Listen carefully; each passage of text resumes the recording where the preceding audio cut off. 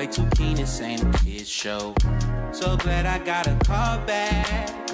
Since I'm your nigga night, be my Laurel low. Ooh, happy to try what you need. Your world, I love to live in it. Ooh, I love the ride when you're free.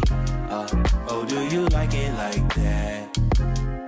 Oh, do you like it like that? We'll see. Oh, if you like it like that, baby, bite, I bite back. You know I know how to mash it free. Oh, do you like it like that? Oh, then I like it like that. Oh, if you like it like that, baby, bite, I bite back. You know I know how to mash it free. Ain't no shame in your game, baby. Sometimes everybody needs a change of the scenery.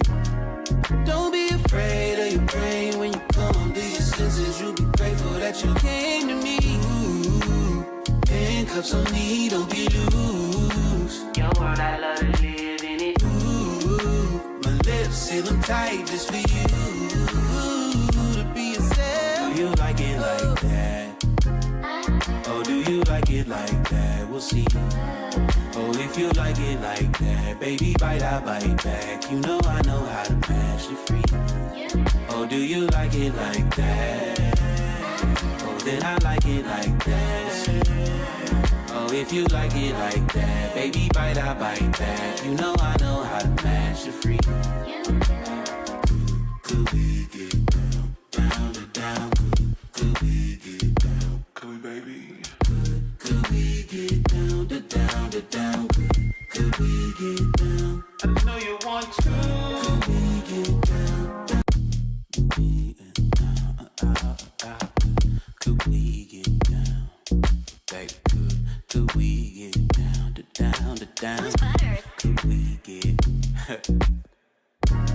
walking around with all that?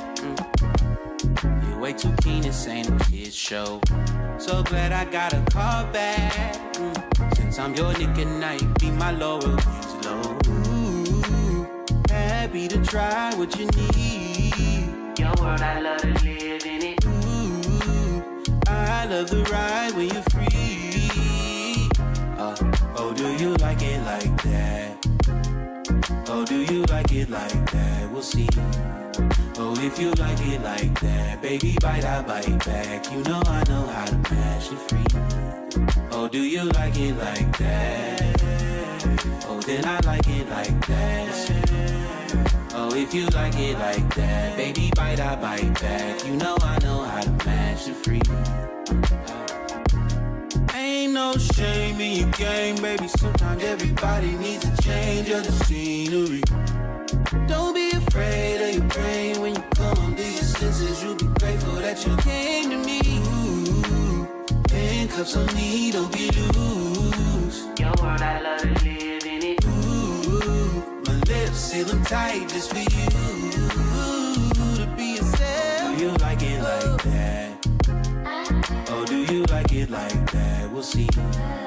Oh, if you like it like that, baby, bite, I bite back. You know I know how to mash it free. Oh, do you like it like that? Oh, then I like it like that. Oh, if you like it like that, baby, bite, I bite back. You know I know how to mash it free. Could we get down, down to down? Could we get down? Could we, baby? Could we get down to down to down? Could we get down? I know you want to. Could we get down?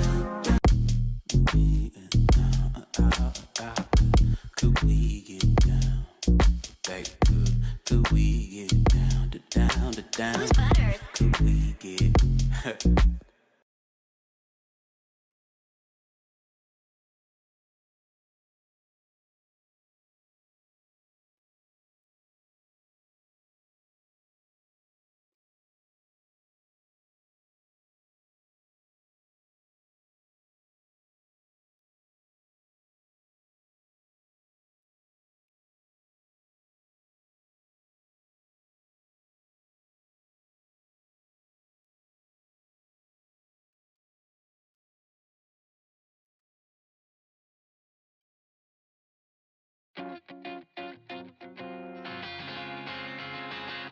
Don't you notice how I get quiet when there's no one else around? Me and you and awkward silence. Don't you dare look at me that way. I don't need reminders of how you don't feel the same. Oh, the burning pain. Listening to you harp on about some new soulmate. She's so perfect, blah, blah, blah. Oh, how I wish you'd wake up one day. Run to me, confess your love. At least just let me say that when I talk to you, won't you bet what's right through and shoes right out through my heart. And I sound like a loon, but don't you feel it to confess I loved you from the start.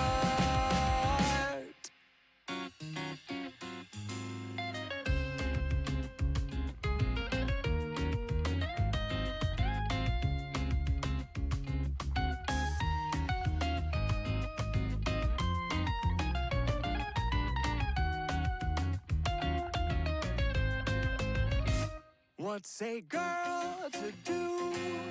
Lying on my bed staring into the blue. Unrequited, terrifying. Love is driving me a bit insane. Have to get this off my chest. I'm telling you today that when I talk to you, won't you bet what's right through and shoot right out through my heart. And I sound like a loon, but don't you feel it to confess I loved you from the start. All right. Okay. The volume's low. All right, here it goes. Hello, hello, all. Hello. Hi. It's cracking. What's going on? I forget people don't read. Give me a second. I gotta alter something because I realize people don't read. There you go.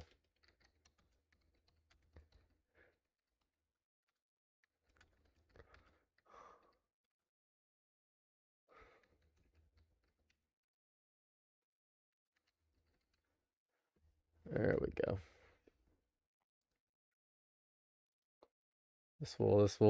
I put literally every feasible instruction you possibly could need if you want to argue. That I've made it as simple and as easy as possible for you to figure out how to join.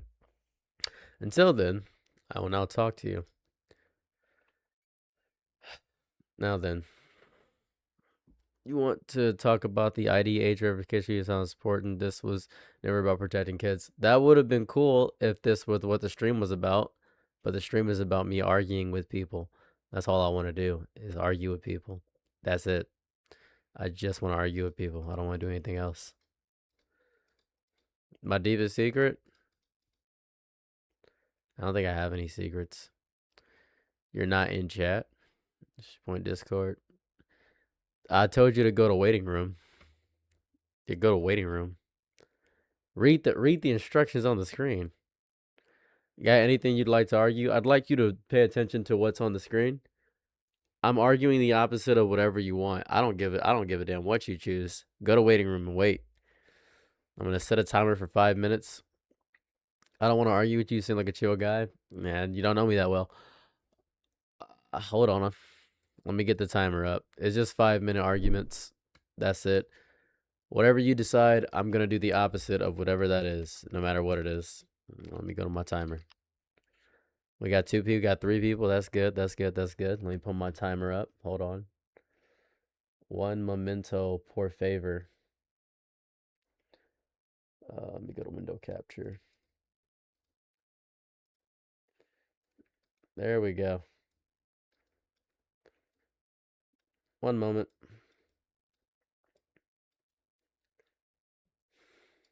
All you get is 5 minutes. Oh, that's window capture too. Hold, please. We'll get you. We will get you. Trust and believe will get you. I will explain the rules upon someone joining, and it will just keep going down the rabbit hole as more people join. So I'll ooh shit first. So I'll move you to my channel. Move to hello. Hello.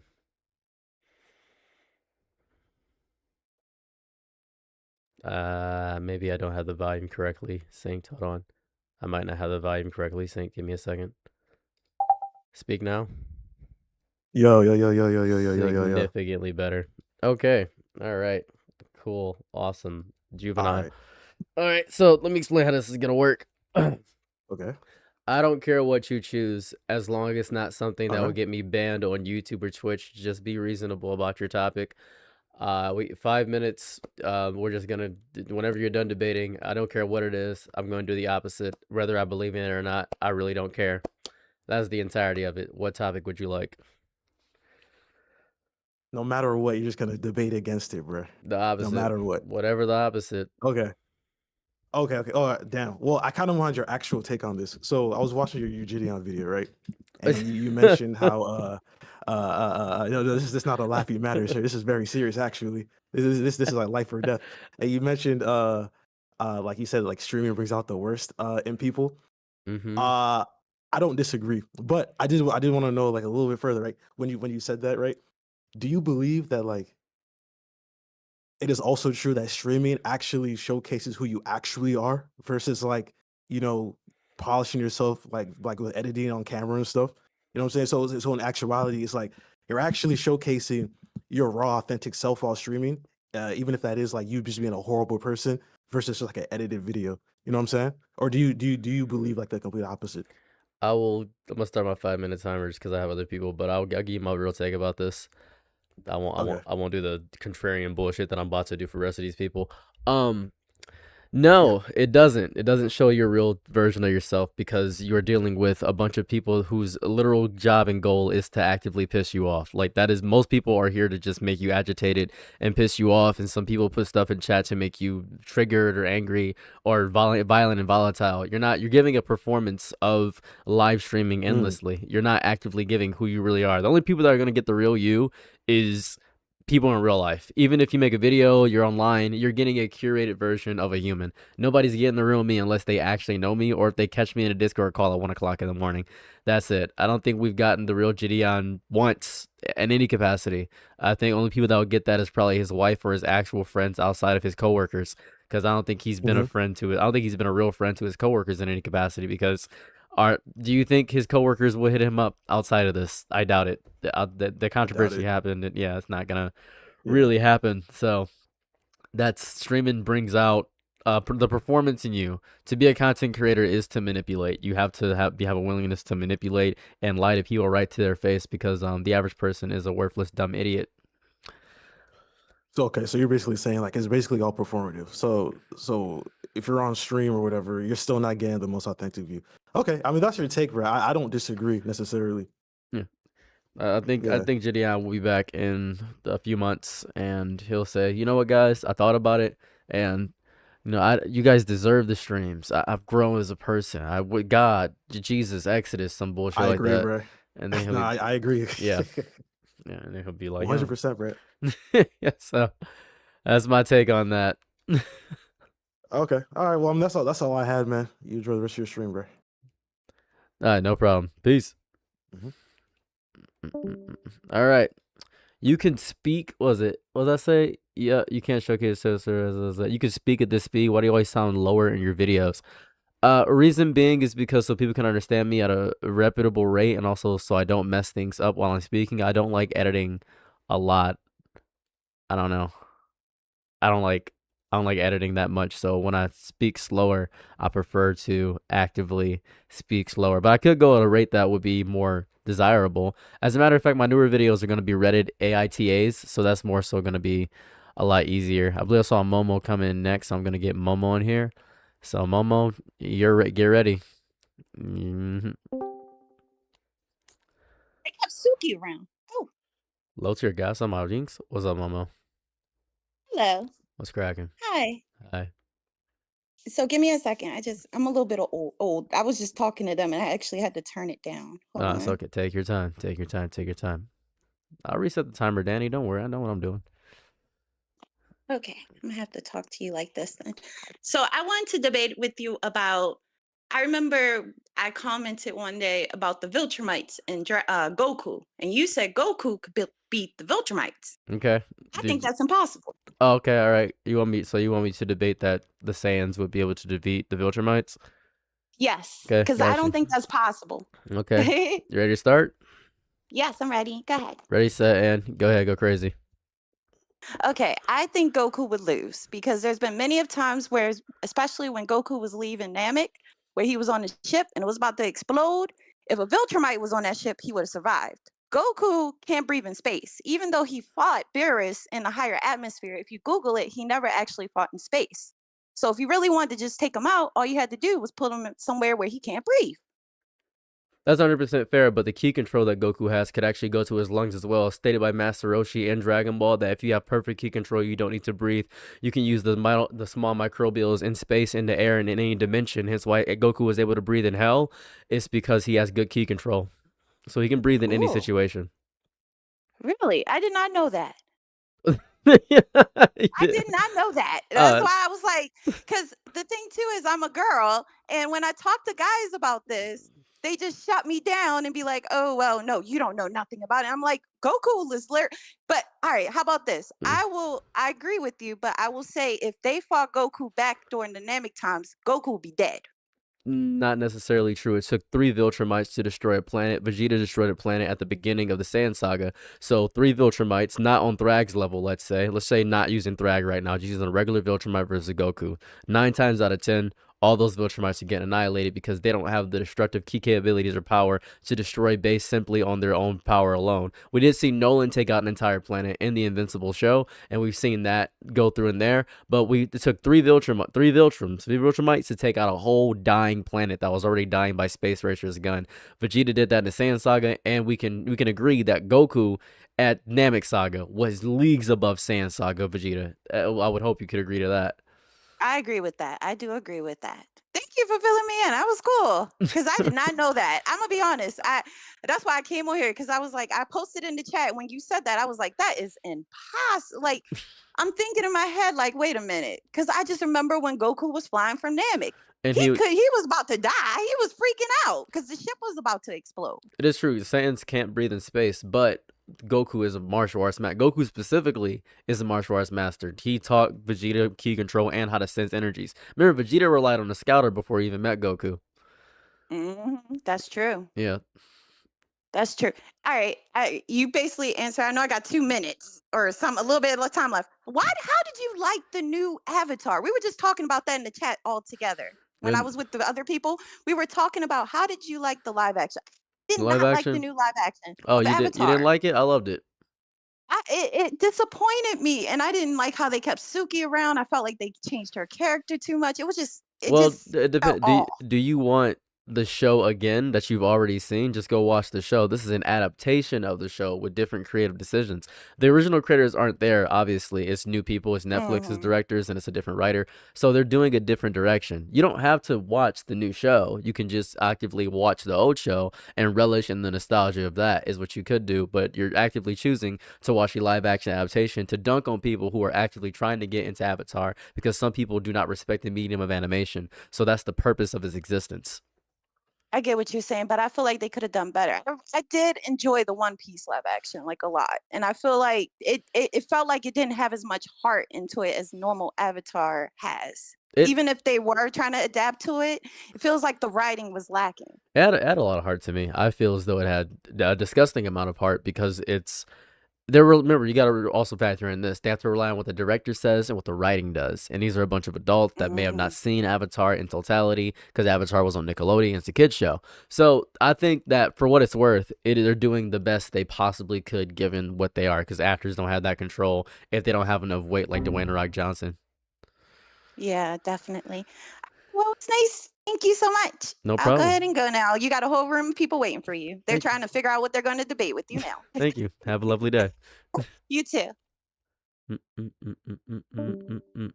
All right. Next, was there anyone who thinks Detroit is ghetto clearly doesn't live there? Detroit's not ghetto. No, Detroit's not ghetto. I live in the ghetto of Detroit. I love Detroit. The food is amazing. I love it here. It's outstanding. It's just very interesting. The amazing fighting styles. I'm just a guy. All right, let's see here. The Pyro Tyrant. You're next. I'm getting you, Pyro Tyrant. Ready, set, and. Oh, fuck. I know. You're like, damn. Did you even Oh, yeah, decide? no, because, like, I hopped in, like, real fucking late, and I was, like, formatting what I wanted to do. So I guess I'd just go off of what I was talking about in chat. On the topic of, like, Avatar, yeah, no, I don't defend, like, the new Netflix series at all. I personally feel like there is room for an adaptation that's not the original series like we got, but, like, man, skipping over and bastardizing every story arc just for the Jingle Keys effect, it doesn't work, man. It kind of feels shitty. It's like you're spitting in my face. That's the basis of your argument that the live action has no Yeah. place existing? Perfect. I'll start the timer No. now. What's up? No, I was like, yeah, go ahead. All right, I'll start the timer now.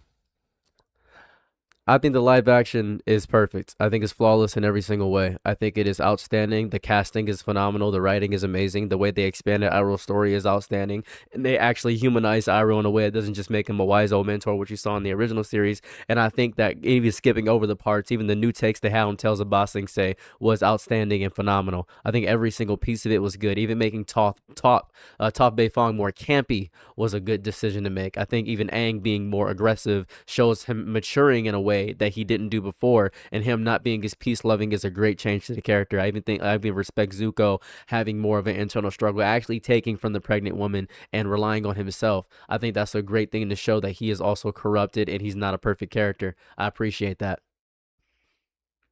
I think some of the things that, like, are being praised for, like, the way they're just doing it different, like, I don't agree with just because they're doing it different, just because they're grounding it in, like, gritty reality. I don't think that's good. I don't think that it's good that, like, we got cut on Zuko's story with Zuko alone, and instead of him, like, coming to that, like, decision not to take from, like, the pregnant refugees, he does. One of my biggest complaints with the live action series is a lot of the stories that, like, the original series told, and, like, they condensed really well in a child series.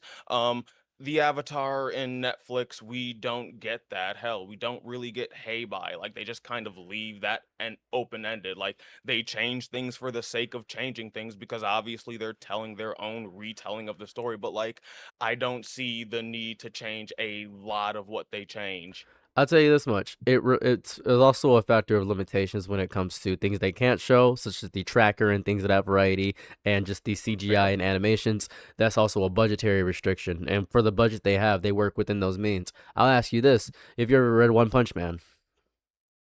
I've dabbled in it briefly. I haven't completed it, but I've read like the first few. So in One Punch Man, there's actively, you like Dragon Ball Super? Yeah, of course. So that's fan fiction. Hmm? All of Dragon Ball Super is fan fiction, essentially. Akira Toriyama hasn't had a creative spark of decision. He wasn't even involved in the Tournament of Power. Toyotaro designed Ultra Instinct.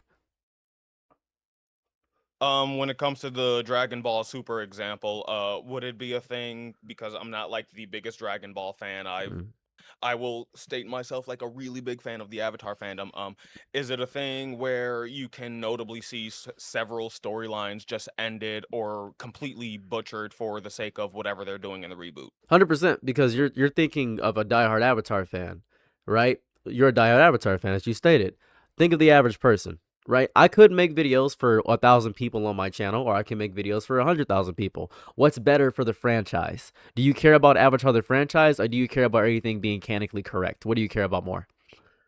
I care about Avatar the franchise, but I also recognize, as a fan of Doctor Who, that when you have a franchise like Avatar, when you're trying to reboot it, people are going to look back on the original story, and then when they see things, when they see like original story arcs, again from a children's show that is a children's show, and then like we get the gritty Netflix reboot, yeah, there are things that are just dropped. There are things that are just kind of like not fleshed out as well, but they do include it in the Netflix just to jingle the keys. Yeah.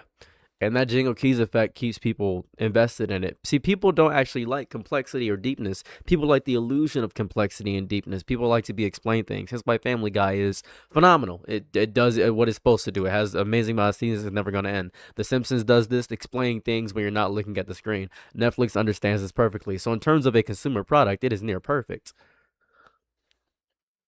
I guess I can disagree with you on that aspect, and like I guess this is where we can end the debate. Like if they're creating a product for the consumer, and we can agree that like consumer standards have lowered, where Simpsons and like Family Guy are just like really good and they're still going strong.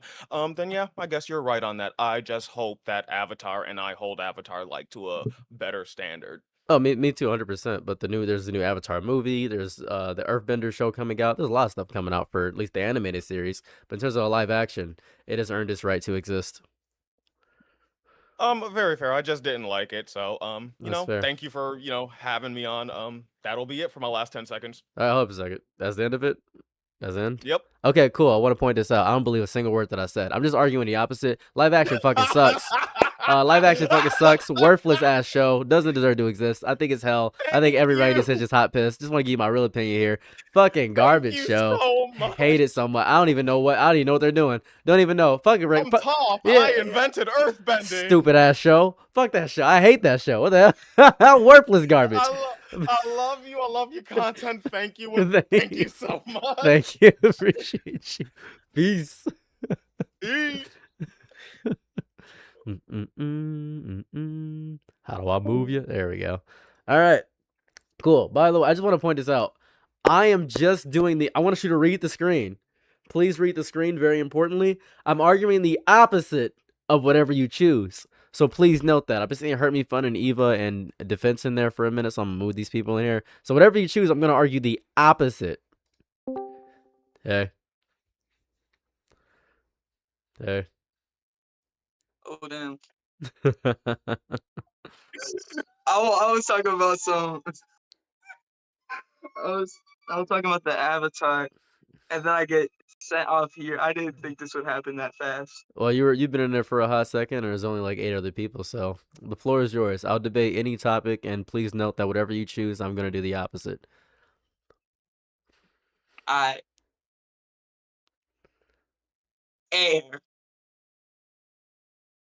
What? We need to prove it. Your argument is... Hold a second. What is this? Air. You need to breathe it. Discord. Tell me why we shouldn't breathe it. Hold up a second. 1 second.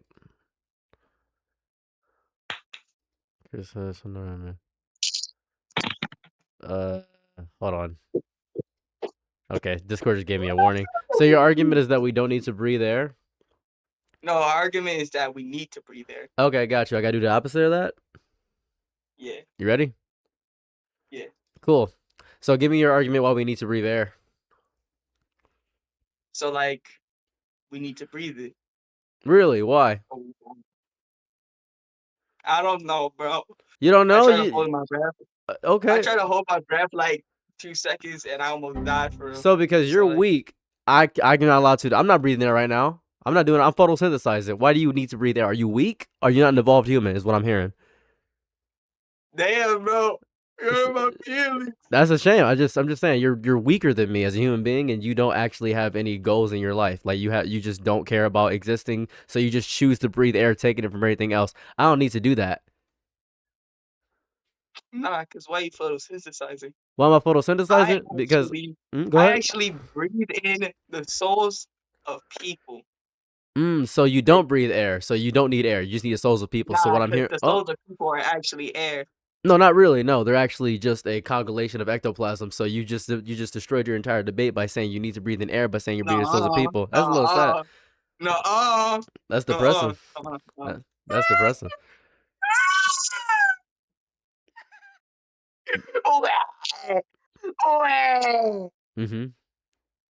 Is that the end of your argument? I talked to baby, bro. I talked to baby. Oh, okay. Was that it? I mean, if you didn't understand it, like you have to understand it, man. It's air. Mm-hmm. I don't need Like air. that one guy, like that one guy from like the Lorax, he went, he makes people buy air, and like, why would it be an entire story about how you need to buy air if air isn't necessary? It's not. And if photosynthesization comes from the sun, and you need air for things to burn, and the sun is just one big burning ball, that means you need air to breathe too. Why would I need to breathe? I don't know, bro. I ask myself that question every day. That seems like a moot point in totality when I've evolved past air. I don't really need the microbials in the air to exist. I don't need any of that. I actually don't exist within air. I have a bubble around my entire body that coagulates and relies purely on the sun's rays. Me too. Okay, so you don't need air. Nah, Cool. because All the right. sun needs air. And if the sun needs air, you need air. Your argument wasn't the sun needs air, or that your argument that we need air. That was your entire argument was we need air. I don't need If the air. sun needs air, you need air. Wow, I don't. And the sun doesn't need air in my world, so there's no air. Nah, There's no air in space. because I just ended the world. I ended it all. Okay, so nobody needs air. So If the night will be the night that I will fall for you.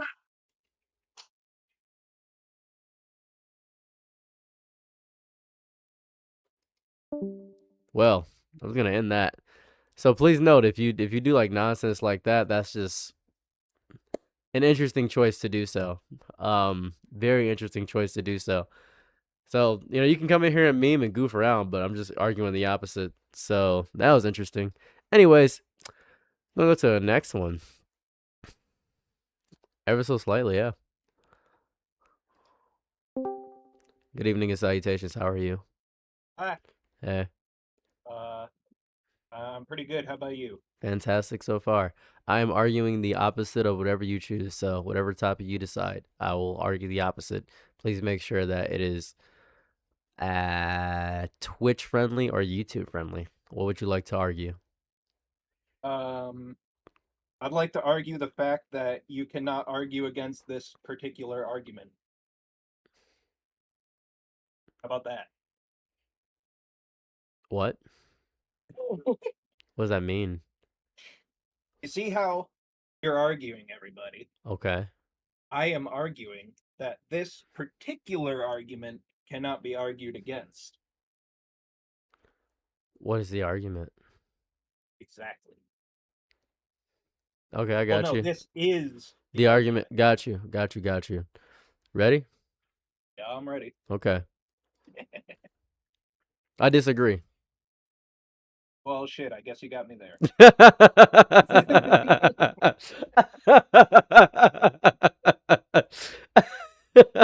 I did not take this into account.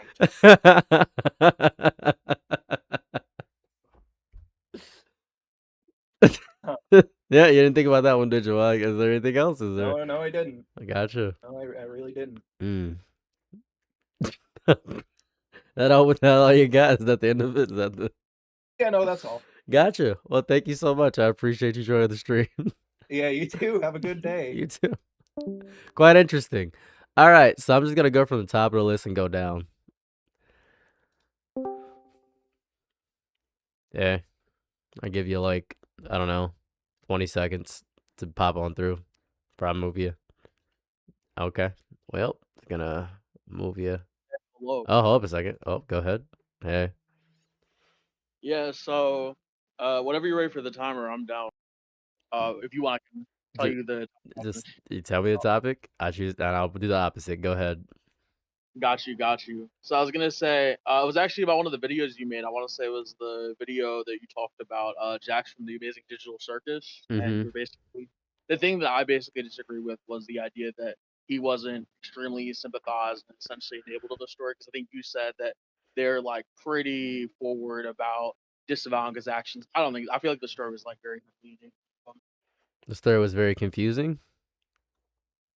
Enabling, like they were enabling. They kind of apologized and were heavily sympathetic of being like the more morally degrading actions he took. So your argument is that they enabled her, Jax. They enabled Jax. Yeah, basically. Got you. All right, I'm ready whenever you are. Race set and go ahead. Yeah, so my basic idea is, for one, it's treated like a tragedy that Jax abstracts, and I mean, like the biggest idea obviously is the isn't she pretty when we're seeing the flashback right before the abstraction. Obviously, it's to show that this is like kind of something, a beautiful thing that's being lost, and then the other part of it is, Pomni spends the most amount of time trying to get to know him, but not like the actual victims of Jax, him slash her. I'm not sure about the pronouns exactly, but we'll say her. But yeah, with Jax, she's oftentimes antagonizing other people, but the story spends most of the time humanizing her, and then the characters spend most amount of time kind of apologizing or enabling her. And I think probably the third most significant instance of this is when Gangle is kind of treated as like a morally great character for not knowing whether or not she should feel bad for Jax abstracting slash passing away. And it's like made a point that it was like a morally great thing to feel, even though she was like tormented by Jax pretty much the entire doc. Well, that's because everybody respected and understood that they're stuck in there together. They had to deal with the misery and they wanted the company of the misery as well. They understood that Jax was just lashing out because of the unwinnable situation, and they understood that they themselves probably felt those emotions as well, but they just let Jax get away with it. Not more so enabling, just understanding more so. They still chastised Jax. Gangle didn't necessarily like Jax. Jax didn't have really any personal, close-knit relationships with anybody, even pushing away Pomni when trying to get into the bubble of Jax, trying their best to stop that, but there's other things they had to worry about, which was each other. They were closer to each other than they were Jax. They tried to reach out to Jax, but it didn't work. And that's not more so enabling. That's just more of a defeatist mentality. Just if it's gonna happen, then it might as well happen. It's not like we're actually getting hurt by the actions. The words may hurt, but in reality, it's not actually destroying anything. What are we to do with this situation? It's more defeatist than it is an enabling. Yeah, I mean, maybe you could try and define it that way. For me, the reason it feels enabling still is because like even kind of the like narrative, the meta narrative direction. So the majority of the story is spent on basically humanizing Jax, which probably you would agree because obviously it was like 5 through 9 was all Jax. And even before him, we were getting sympathetic things before that were suggesting Jax was more complicated than just being, like a tormenting character for just because, right? But specifically, I think you were speaking about how it was like more defeatist. I would say even if we were to kind of take that at face value, it definitely felt enabling because inside the story, Jax is physically antagonizing people. He's shooting them. They mentioned that the pain actually hurts from being shot, etc. And yet, despite that, he'll intentionally target them. He'll intentionally do things. Obviously, emotional torment is something he definitely circus still. He actively does that, plays on fears that they have. I think he leaves like a tarantula in one of their rooms at one point. They're scared of spiders, like a snake or something. And so it's just stuff like that. I feel like consistently he's very obviously tormenting them. Nobody really calls him out for it, never as harshly as he calls them out or does like things to them kind of unprovokedly. And then I think it's like the song placement of like, isn't she beautiful? I feel like that's kind of crazy, like humanize the background of someone who's tormenting everybody and then say like she was beautiful when all the scenes we see, or it's not her as the person who went on to go do good things. It's the person who was in the circus who was like antagonizing everybody. Well, it's more so of a fact of the matter of, have you ever been in a Xbox 360 lobby and dealt with people that play Black Ops? Have you ever dealt with those people getting called slurs? Yeah, you know it. Yeah, so those people, a lot of them are now trans women. A lot of trans women have been 4chaners or Redditors, and Jax is supposed to show the negative path. Is more so a bad character in totality, more so a side antagonist within the group. Just the jokey character that takes the jokes too far. Every friend group has the one person that obviously jokes too much and does that. This is a phenomenon in real life where people have that one friend that is problematic, even that family member who is problematic. And sometimes some people are beyond salvation, and the most you can do is let go or be dragged, and they let go, and Jax was dragged into abstraction. It's not more so an enabling factor. Still, it is more so just you gotta let go. There's only so much you can do. You can't save everybody. Yeah, I mean, I would agree on them not being able to do more on the abstraction specifically, or even really like fully call them out.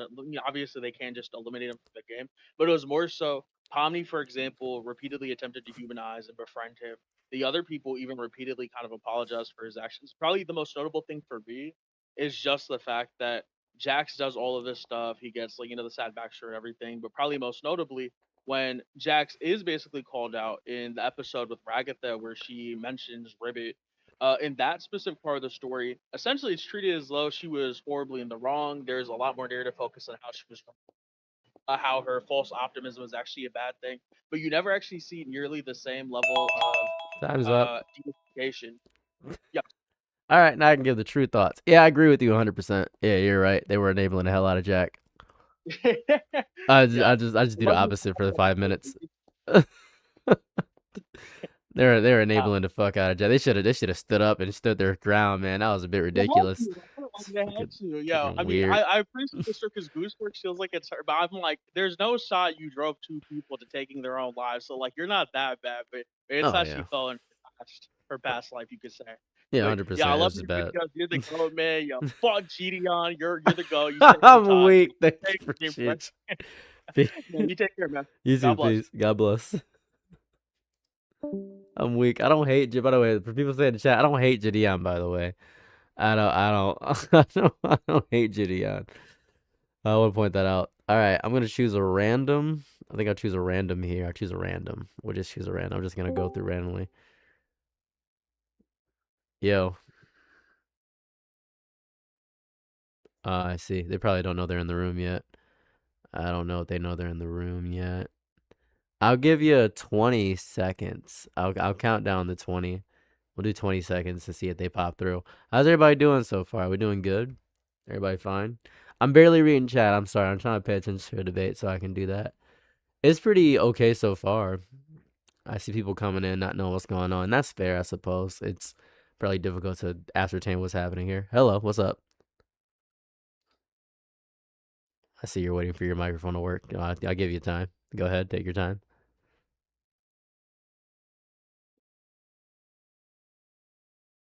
Okay. Insightful, yes. By the way, there's no noise yet. I'm still waiting for... The person's name is Senbon Zakura Kageyoshi, which is the name of Byakuya Kuchiki's release command for his Zanpakuto. So I'm just waiting for the release command from the Zanpakuto to, I guess, release. Nope, not working, eh? I'll put you back in. We'll try you again later. I'm going to move you back to the waiting room, so we'll get you back in coming up here soon. Sorry you couldn't speak. Give me one moment. Let me move you. Let's see. Enjoy the waiting room. All right, we will now go to Eva or Lamp. Saw you in here for a while. Go ahead. Eva or Lamp. Go ahead, go crazy. I moved you. Are you just some guy, Anthony Torres Cruz? Is that you? Sounds like it's you. I want to join in on this. You're more than welcome to. We got a person that just wasn't here again. Hold up a second. I keep choosing people that have muted mic. Do you have your microphone like muted? I might not pick you. I'm just because it's very difficult to tell when you're here. I'm gonna do Defensinator, then I might do just some guy. Maybe. Hey. Hi. Hey. Hi. So I was actually wanting to debate that Iroh does not deserve forgiveness. Okay. Got you. Understood. That's completely valid. Now, you ready? I'm ready. Okay. Go. Why does Iroh not deserve forgiveness? He got the nickname the Dragon of the West. The dragon part is from killing the dragon, which he didn't do. I'll give him that. But his job in the Fire Nation as the general of the Fire Nation army was to march through villages, burn them down, like confirmed through the lore, the extended lore, that he would do this, march through villages, burn them down, with presumably women and kids still inside the village with no route of escape. Like, Yeah, that's that's a major war crimes that Yeah, he that's has war. committed. 100%. That's war. That is what war. That's what entails the war. Fire Nation is a terrorist organization.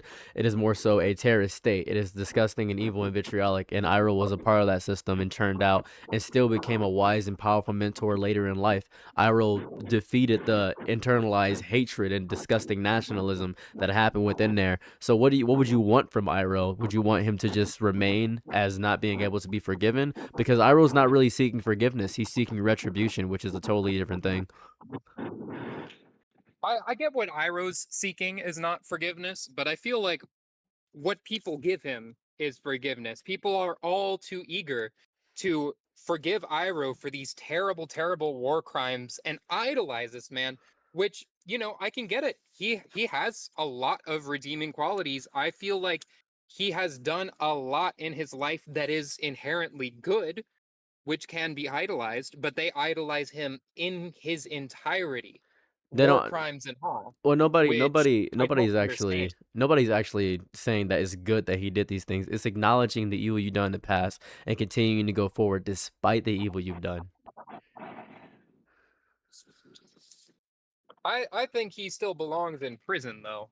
Why would I he? Why would mean, he? Why would he belong in prison when he has made the stride to actually be a better person? He has already suffered enough mentally and has done the work to actually defend the city of Ba Sing Se against the Fire Nation during the Sozin's Comet. He did everything he possibly could. he did everything he possibly could, but think of another mass killer or another like the people behind the I forget the exact war crime in Vietnam. When we went into the village, erased the entire village in the United States and nobody got punished for it, and that was a major thing for decades. That nobody got punished for that Vietnam massacre. So should he punish for the rest of his life? I think he should. I feel like those lives are irreplaceable, I and feel the like fact that he the work of actually doing better for people in the future and making up for that, as opposed to just being punished for taking lives because he had actively no other option besides living in the Fire Nation. If he would have went against the Fire Nation, he would not have been the character we know him and that we love today because he went against his evil nature. What is better, to be born good or through extreme effort to overcome your evil nature? Oh, that is a good question. Shit. I think you got to put in the effort though before you become to that point. You saying Iroh Like didn't put in have the to see effort? where you're going. You said You Iroh have to didn't. see where you're going. You got to see like, hey, I'm about to march into this village and burn it down with all the people still inside. Yeah. Maybe I can do something different. I am the crown prince of the Fire Nation, literally second in command of the entire military, second only to the Fire Lord himself. Yeah, I have and the power to say no, let's not do this. true, but he wanted to do what was good for the Fire Nation. When you are trained your entire life to learn one day, you don't unlearn it over one day or just because children and innocents are dying. He assumed they were weaker than the Fire Nation. That's what he was taught growing up. And now in his old age, he realized the folly of his error through great, tremendous sacrifice. That's why during Sozin's Comet, he spent so much work and effort helping everybody. He opened a tea shop. He learned from the other nations. He grew wise from his suffering. That is the important aspect of Iroh. It isn't the fact that we like him because of his tragic parts of it. We acknowledge he's done horrible things and became kind because of it. Only truly strong people can be kind, and to be truly strong, you must go through true misery. I get that. I really do. I just think there's a limit on what you should be allowed to come back from. And I feel like mass murder is beyond that limit. Like I don't think quite frankly he should have been able to grow old and Time's up. wise, as you say. Time is up. Sorry. It's okay, don't worry. My bad. No, that's fair. That's fair. It rings in my ear when the timer goes off. It hurts like hell. All right, it was good talking to you, man. No problem. Let me give my true opinion on this. Iroh should be in hell forever. I don't know how he got to the spirit world. That nigga is evil. Anyways, he deserves nothing. I agree. Anyways, thank you so much for debating. Appreciate you. All right, thank you very much for having me. No problem. Bye. Bye. Please run the vine. Anyways, Someone said I was using an AI thumbnail. I'm so sorry. What about my thumbnails? I made that myself. Is it the what about it? Is it because I use saturation and contrast? Is it because I use saturation and contrast on the thumbnail? Is that it? The saturation look AI? That's me. I can do the face right now. Hold on a second. Where's the... Let me pull it up. Is it... Yeah, it's... I don't really know. It's just saturation. It's just digitally enhanced. You can do digital enhancements in literally anything. Hold on. Let me just pull up the majigger here. Hold on. I get confused how people say... every time I put a little bit of effort into a thumbnail. Every time. It's like every time. This one... Is this what you're saying looks AI? Hold on. This? This is AI? That I just digitally enhanced. It's in Photopea. It's not that hard to make this. It's not that hard. I'm a little confused here. I could... That's me as well. That's literally from a thing. Hold on. Let me see. Hold on. I'm really confused here. Uses of color sliders. It's just color sliders. What's up with this? How do you get the letters to look like that? I can... Oh, a second. Before we continue these debates, learn Photoshop. Like, it's not that hard to learn Photoshop. It's really not that difficult. How do I get the letters to look like that? Look at my screen for a moment. Hold on. Look at my screen for a moment. Let me go to... How do I get the letters to look like that? What font did I use? Let me just show you how to get the letters to look like that. Give me a second. Hold on. Boom.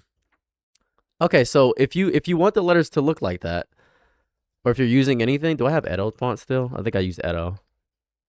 I didn't use Edo. I did use Edo. I probably used Edo.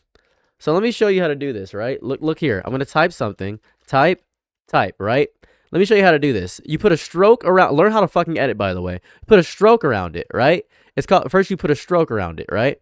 Now, you put a stroke around the goddamn letters. Boom. Right? You put a stroke on the letters. Now, here's what you do. You can put a shadow over specific parts of the letter. You can put a satin, a shadow, or something of that variety. You can just put a shadow or a satin over it, right? So, boom. Let me see. What did I do? I probably put an outer shadow or outer glow, didn't I? A drop shadow. You put a drop shadow over that. You can change the distance of the drop shadow and change how much of the drop shadow you're using. You see the little shadow in the background? You can do that part as well. You can put a satin and a shadow over it. Now you're probably thinking to yourself, how would you change the specific things in there? How do you change the color? If you highlight this and then change the color, you can change it like that. You can just make it like that. You can just do that. It's that easy. It's that simple to make letters. How the fuck do you mean how you do? It's so easy to do this. It's like child's play to use. It's a free... You can just use Photopea.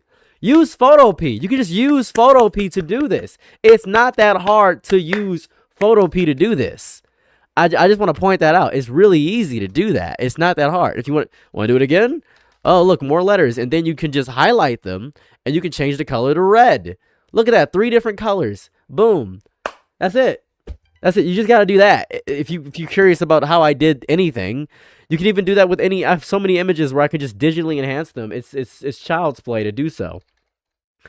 Like, it's literally child's play to do so. Like, I'll grab an image and I'll put my face here, and then people will be like, whoa, you added some saturation to the color, and you added the color graders, and you did the color gradient, and you must have done something. No, it's not that hard. It's not that hard. It's really not that hard. It's child's play to make an image like this.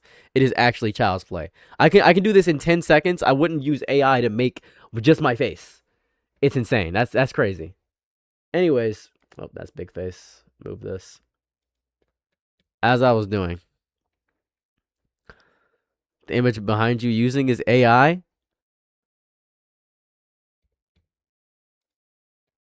The red sky. I'm sorry.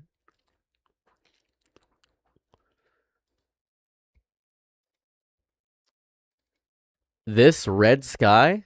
This? The red sky? The red sky? That part? This red sky? It's just a sky. No, it's just a red sky. I just put a red filter over the sky. That's it. There's one like hell that look kind of sus. Do I have one in hell? Oh, right. There was one in hell that looked sus. Yeah, that image background one, I discovered the image I got that from was AI from Google. I went to Google and looked up hell. If you go to Google, here goes the issue. You go to Google and look up hell. I'll sort through and look up hell. A lot of these images are AI generated. Oh, sorry. Hold on. A lot of these images, I'll just grab an image. A lot of these are AI generated, which is a bit of an issue.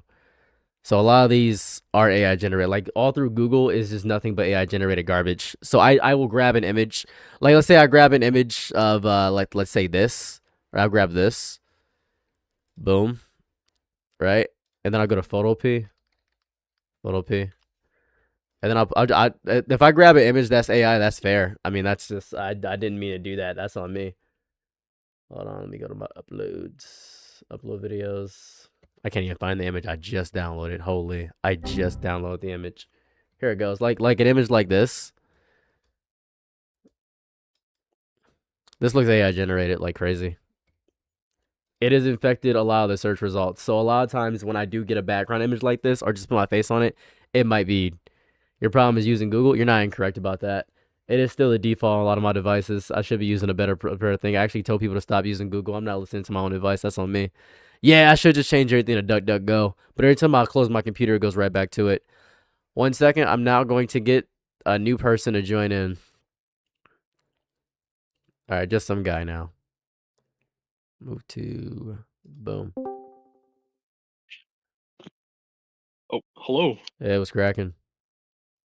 Hey, so, well, first of all, I just want to say that I'm a huge fan. But now that's out of the way, the issue that I wanted to discuss with you is that I think that the choices players make in game should not meaningfully impact the end or the story.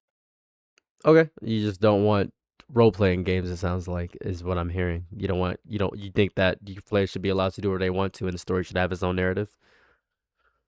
Yes, I think that the majority of gameplay decisions it should not be based upon a player's decision. All right, got you. Like, or the choices of players. Got you. I was just debating the opposite of that. Ready, set, and go and give me your argument.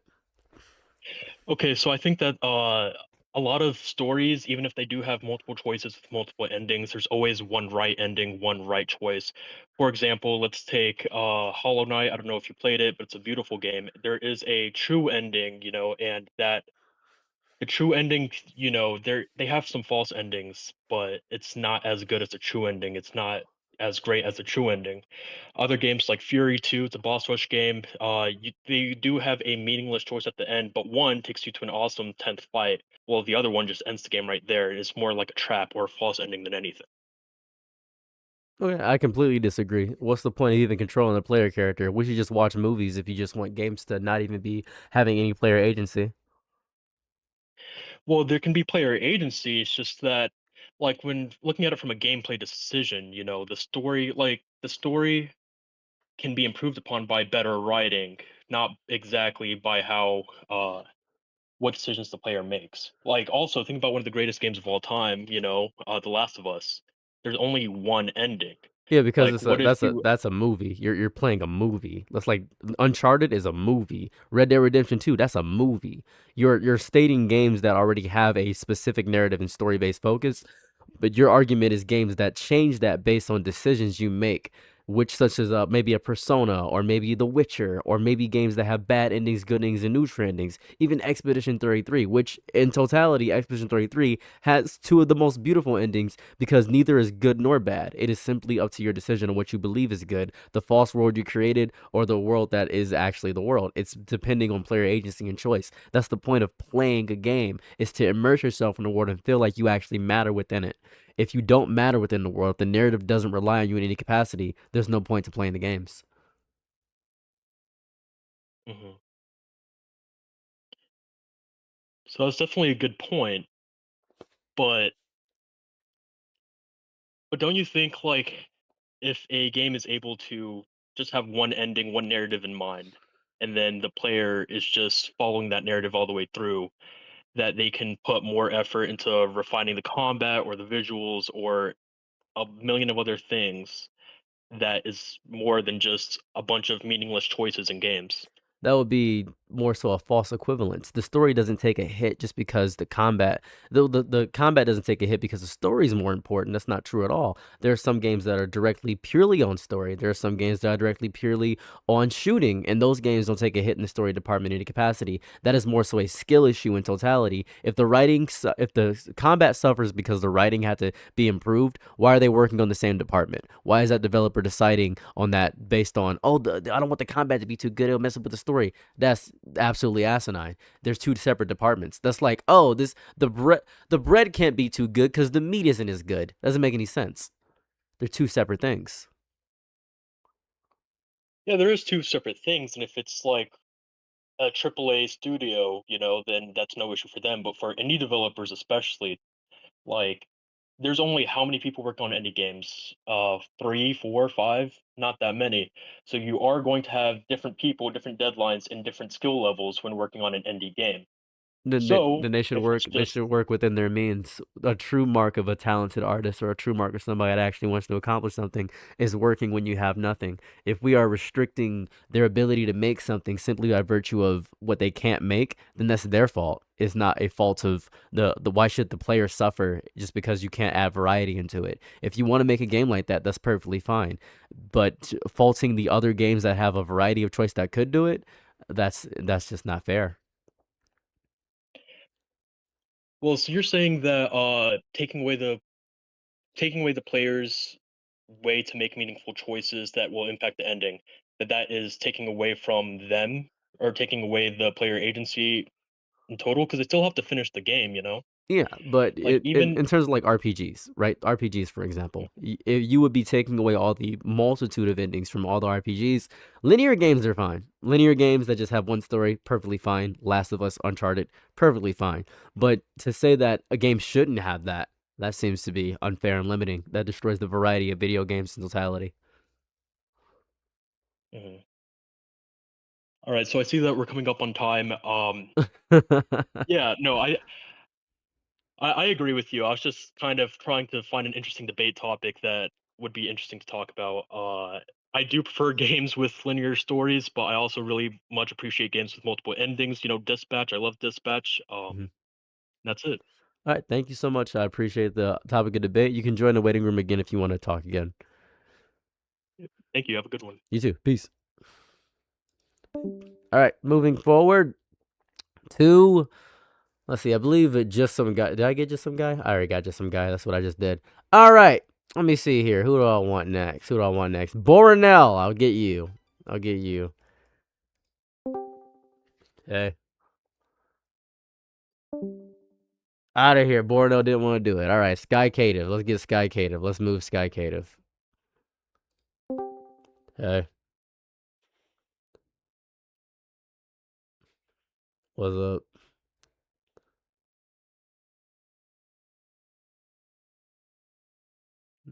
All right. I'm just going to move you back. Just going to go ahead and move you back to waiting room. Let's get Ness in here. Hey. Hello. What's up?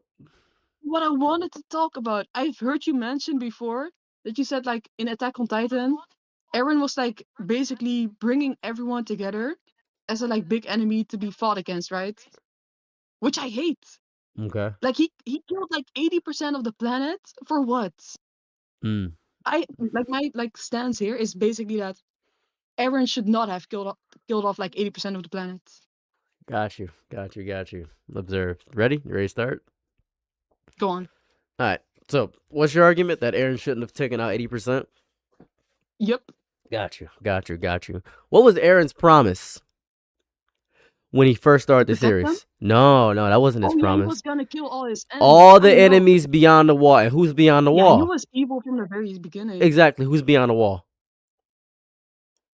Yeah, the Eldians, yeah. Everybody's beyond the Oh, wall. and the Marleyans, yeah, Yes. everybody, yeah. So when my goat said, "Oh, I'm gonna take out all my enemies beyond the wall," he accomplished his dream.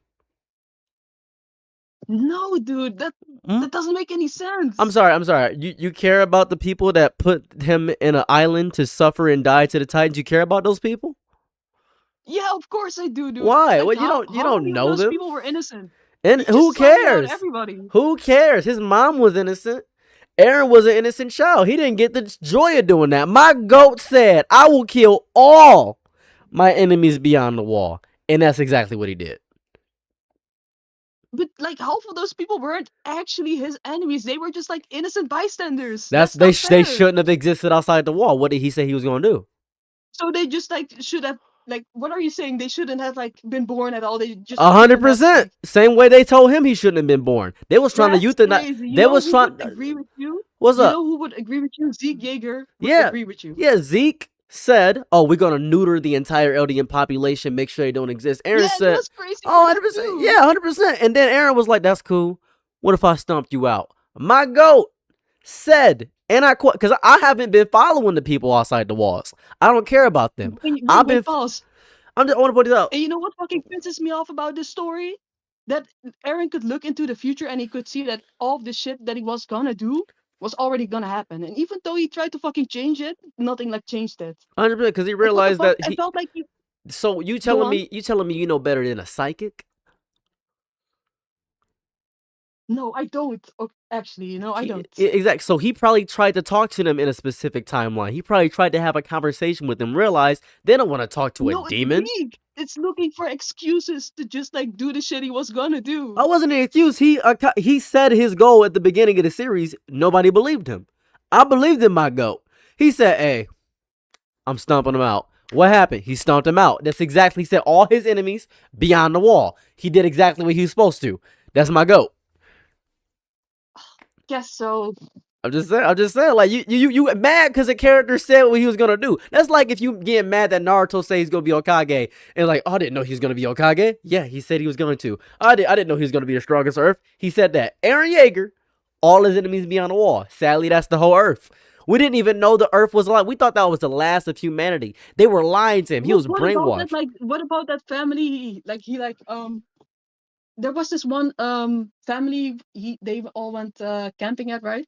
Mm-hmm. That like gave them all dinner and everything. What about them? They were friendly. He still killed them. Who cares? They listen. Let's point it out like this, right? I don't know these people. Yeah, go on. I don't know them. I know Eren Yeager. What's the actually? I got you. What's the name of the family? What's their name?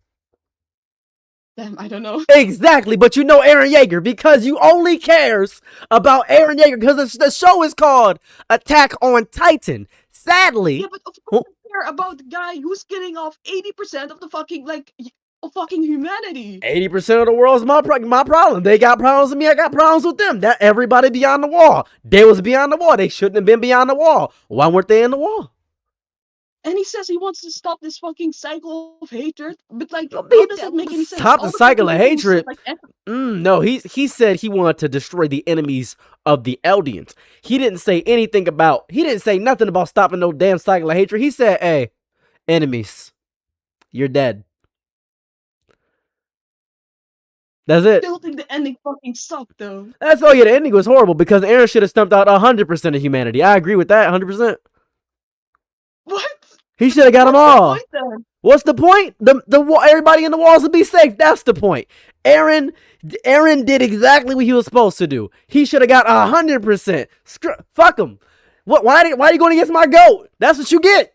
Shouldn't have been doing that. He's like, I care about these random people who I've never cared about in the stories because they're children and women, and who cares? Shouldn't have attacked my goat. Did you care about his mom getting destroyed? God, dude. You know what I feel like? I feel like the writer was a fucking coward who didn't want to commit to writing the like evil character he had like set up from the start to actually portray him as an evil guy till the end. That's All what right, I feel well, like. Time's up. I agree. They shouldn't have had the ending that it was. By the way, I agree with that point. Right? I agree with that, but I do want to state that Eren did nothing wrong when he was on business. You're insane. I'm You're just insane. I'm just being real with you. I don't care about I don't know these people. You couldn't even name the family that died. Can you name That's them? not fair. I haven't watched this show in fucking forever. You know Eren Yeager. And why do you know Eren Yeager? Why is that? Because you know, because you focus on the story of Eren. I'm just saying. Just want to say, just keeping it real. But hey, I appreciate the debate. If you want to debate again, please join the waiting room. Appreciate you. Yes, thank you. Anyways, and let that be a lesson to all you that Eren is the GOAT. Up until he just said, I love Mikasa, I don't want to die. Up until that point. But before that, Eren was like, hey, Reiner, remember when you invaded my city? Yeah. Remember that? Goated. Anyways, let's see who we got here. We got that Danny? Look at Danny in here. I'm picking at random. You say I'm crazy. Hello? Hey, what's cracking? Hold on, I gotta mute your stream really quick. Take your time. Okay. So I kind of just wanted to come in and debate with you about, like, fandom culture. Okay. Because I feel like the way that it's been going, it's kind of just gonna, like, it's just being a strain on shows that are coming out nowadays. Okay, Like, that's it. The topic is that fandom culture is destroying new shows. Yeah. Got you. Ready? Sure. Okay. Go ahead and give your argument why it's destroying shows. It was like, I was watching, like, the discourse around, like, the Imaging Digital Circus and the stuff about, like, Knights of Guinevere when that was coming out. And people, like, targeting voice actors and shit. And I feel like the very vocal minority are kind of just, like, drumming up drama to fucking... I don't know. Well, take a note this. Are they talking about the show? I mean, yes, Is that's it? true. It made me get into. You know the reason I started Major Digital Circus?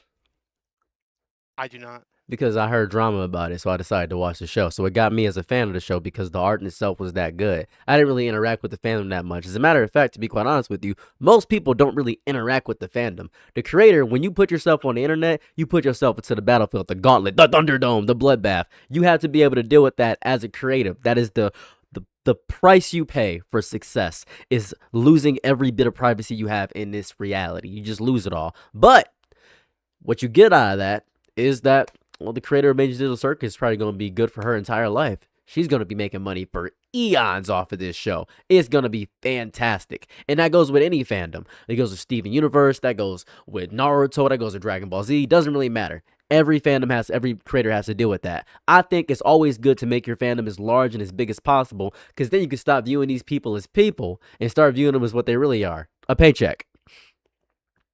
Yeah, I guess that is true. I didn't know that you came into the Digital Circus through drama, and that does make sense. I was just like, I really don't think that that portion of the fandom is of like any fandom is like good or healthy for creators. And it can definitely, if a creator is smaller, doesn't have the backing like the glitch shows do, it can definitely stop new art from being created. That means they're not built to be a creator. That means they're getting weeded out. That's exactly what happens. Listen, take this for example. When I first started making videos, I made a video about Hasanabi. I got death threats. I had like 5,000 subscribers. I got death threats. People hated me. Now, did I give up, or do I have 1/4 of a million subscribers right now? That's what you got to do. If you're not strong enough to handle the turn of online, don't post yourself online. If you want to stay a coward and don't want to actually go crazy, then you don't have to deal with this. You can just keep drawing art in your room and improve by yourself and not show your art to the rest of the world. But if you want to show it to the rest of the world is crazy. The world's full of crazy people. You got to be able to deal with that. Now, your argument is that's not good for creators and small creators. I think it's great for small creators because it shows them that they're not built for this. It weeds out the weaklings. This is a weeding out process. It's a beautiful thing. It happens to everybody that starts YouTube. Happens to everybody that makes a show. It's a weeding out process. To do this, you got to be a psychopath. And if you get approached by insanity, do you bow to insanity or do you be insane back? Batman's just as crazy as a Joker, and I'm going to be just as crazy as the people that sends me a death threat. Yeah, no, that is fair.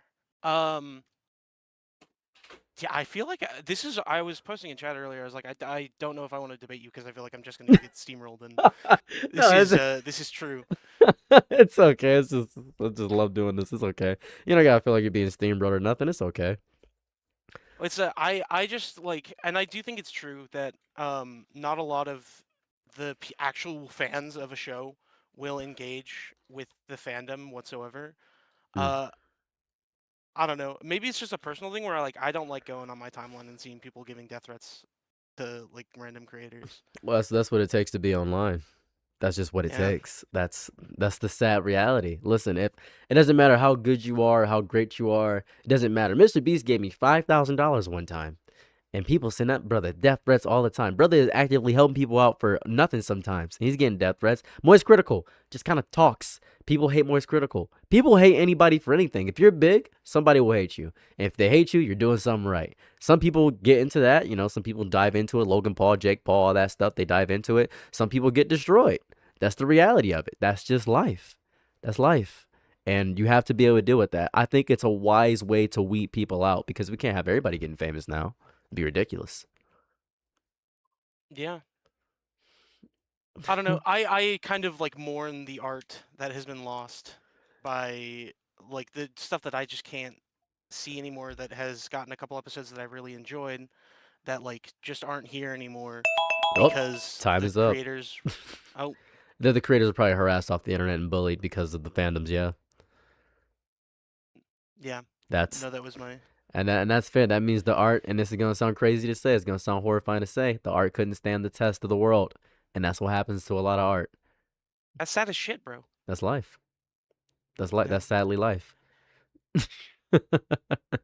But hey, thank you for joining. If you want to debate again, I'm just kind of doing whoever's inside of the waiting room. Peace. Gotcha. All right, who's next? Who's next? Let's see. Who do I got? Ray the Jet? I'm gonna get Ray the Jet. Been here for a minute.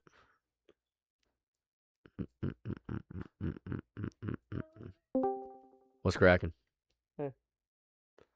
Bada bing, bada boom. Yo, what's up, my boy? What's cracking? What's going on? How you feeling? Hey, I'm good. I'm just sitting here making some dinner. That's lovely to hear. Lovely to hear. So you want to debate something? Yes. First off, I didn't talk to you in a while and say, hope you're feeling better. Hope your foot gets better. But yeah. So I think this probably might be one of the first things you hear of the day where you might be like, I don't know if I agree with that or not. But kind of my overall like kind of thesis is that for queer men as opposed to queer women, or say like gay people as opposed to like lesbians, fetishization. I don't know if I can say that word. I think You can. that's You the can. You like can. most Don't. You can like say it. You good. yeah, fetishization actually has been better for them overall than like for lesbians than for queer men, like as overall terms of representation. So you're saying your argument is that it's harder for queer men than it is for lesbians. That's your argument? Like kind of basically I'm saying like that fetishization, like how you say like lesbians always saying like we're fetishized and everything, like that's bad. It's like that's bad, but in a certain way I feel like that's basically has helped them in a lot of ways that queer men get like underrepresented, like underrepresented like in media and Gotcha. things like that. Okay, so your argument And is that queer men don't get as much love from straight people as lesbians. Yes? yes, because we're not fetishized. Yes. Got you. All right. So I'm gonna start the timer, and just know I'm doing the opposite. Ready? All right. Yes, sir. Go ahead. Go. Explain. You explain the overall thesis of your point, but get into the roots of it. Why is that? All right. So basically, because queer men are always seen as gross. It's like you see two queer men, like, ew, gross. It's always seen like that. Two lesbians, like, oh yeah, that's so hot. So I think that has led to lesbians having a lot more representation because they are a lot easier to be seen. Like when you think of cartoons, when you think of things think of a lesbian protagonist in a cartoon show or something. Now think of especially even in young queer people media, or just like like even kids cartoons. Now think of a young gay male protagonist. There isn't one.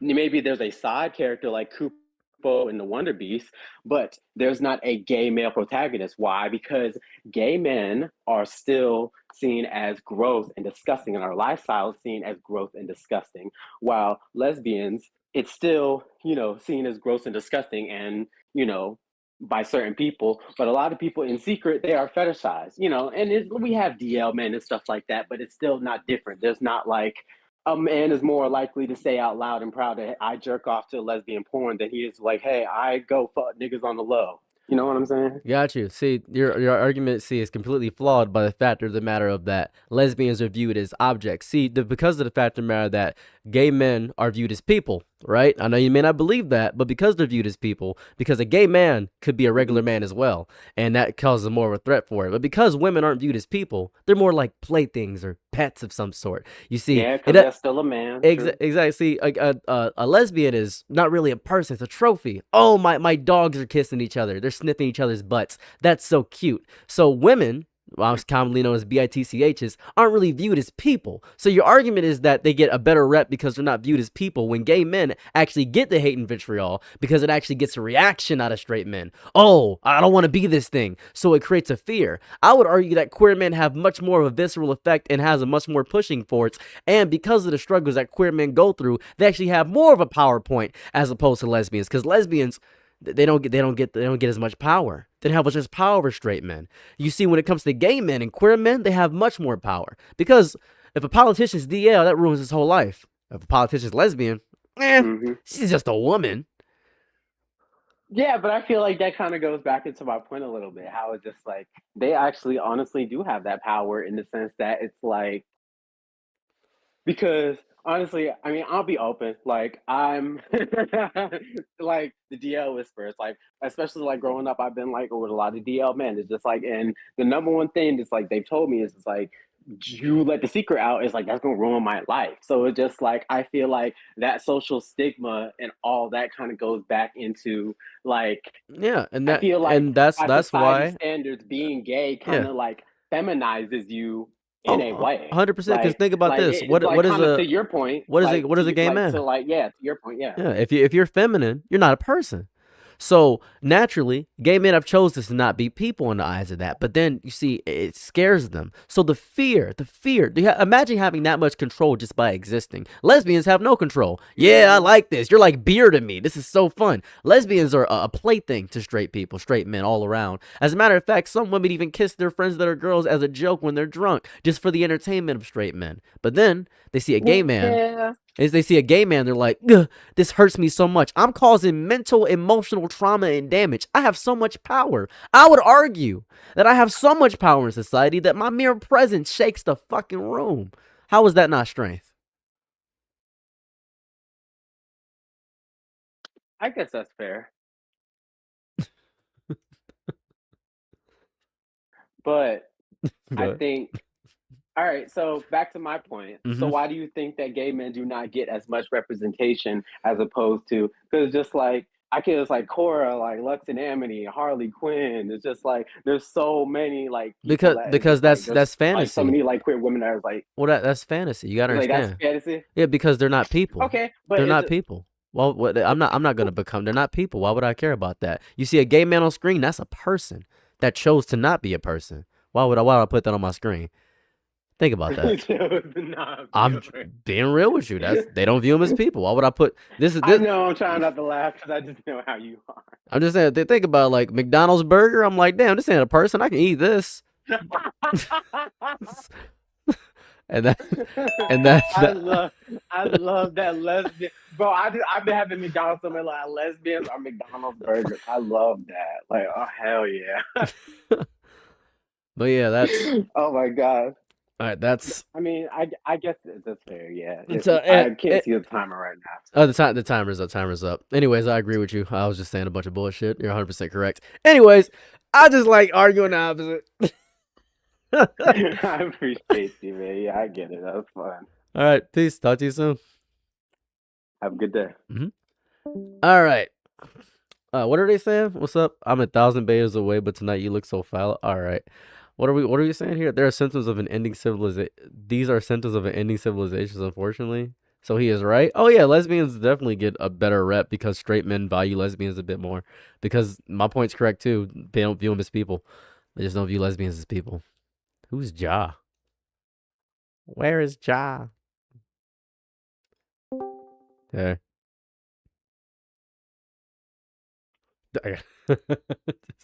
What's going on? Shit, hold on. Wait, you call me middle ear. It's okay. It's okay. It's okay. And enjoy your 5 steaks and 3 rings of pasta. Go crazy. No, I'm used to you. You can stop. I'm gonna.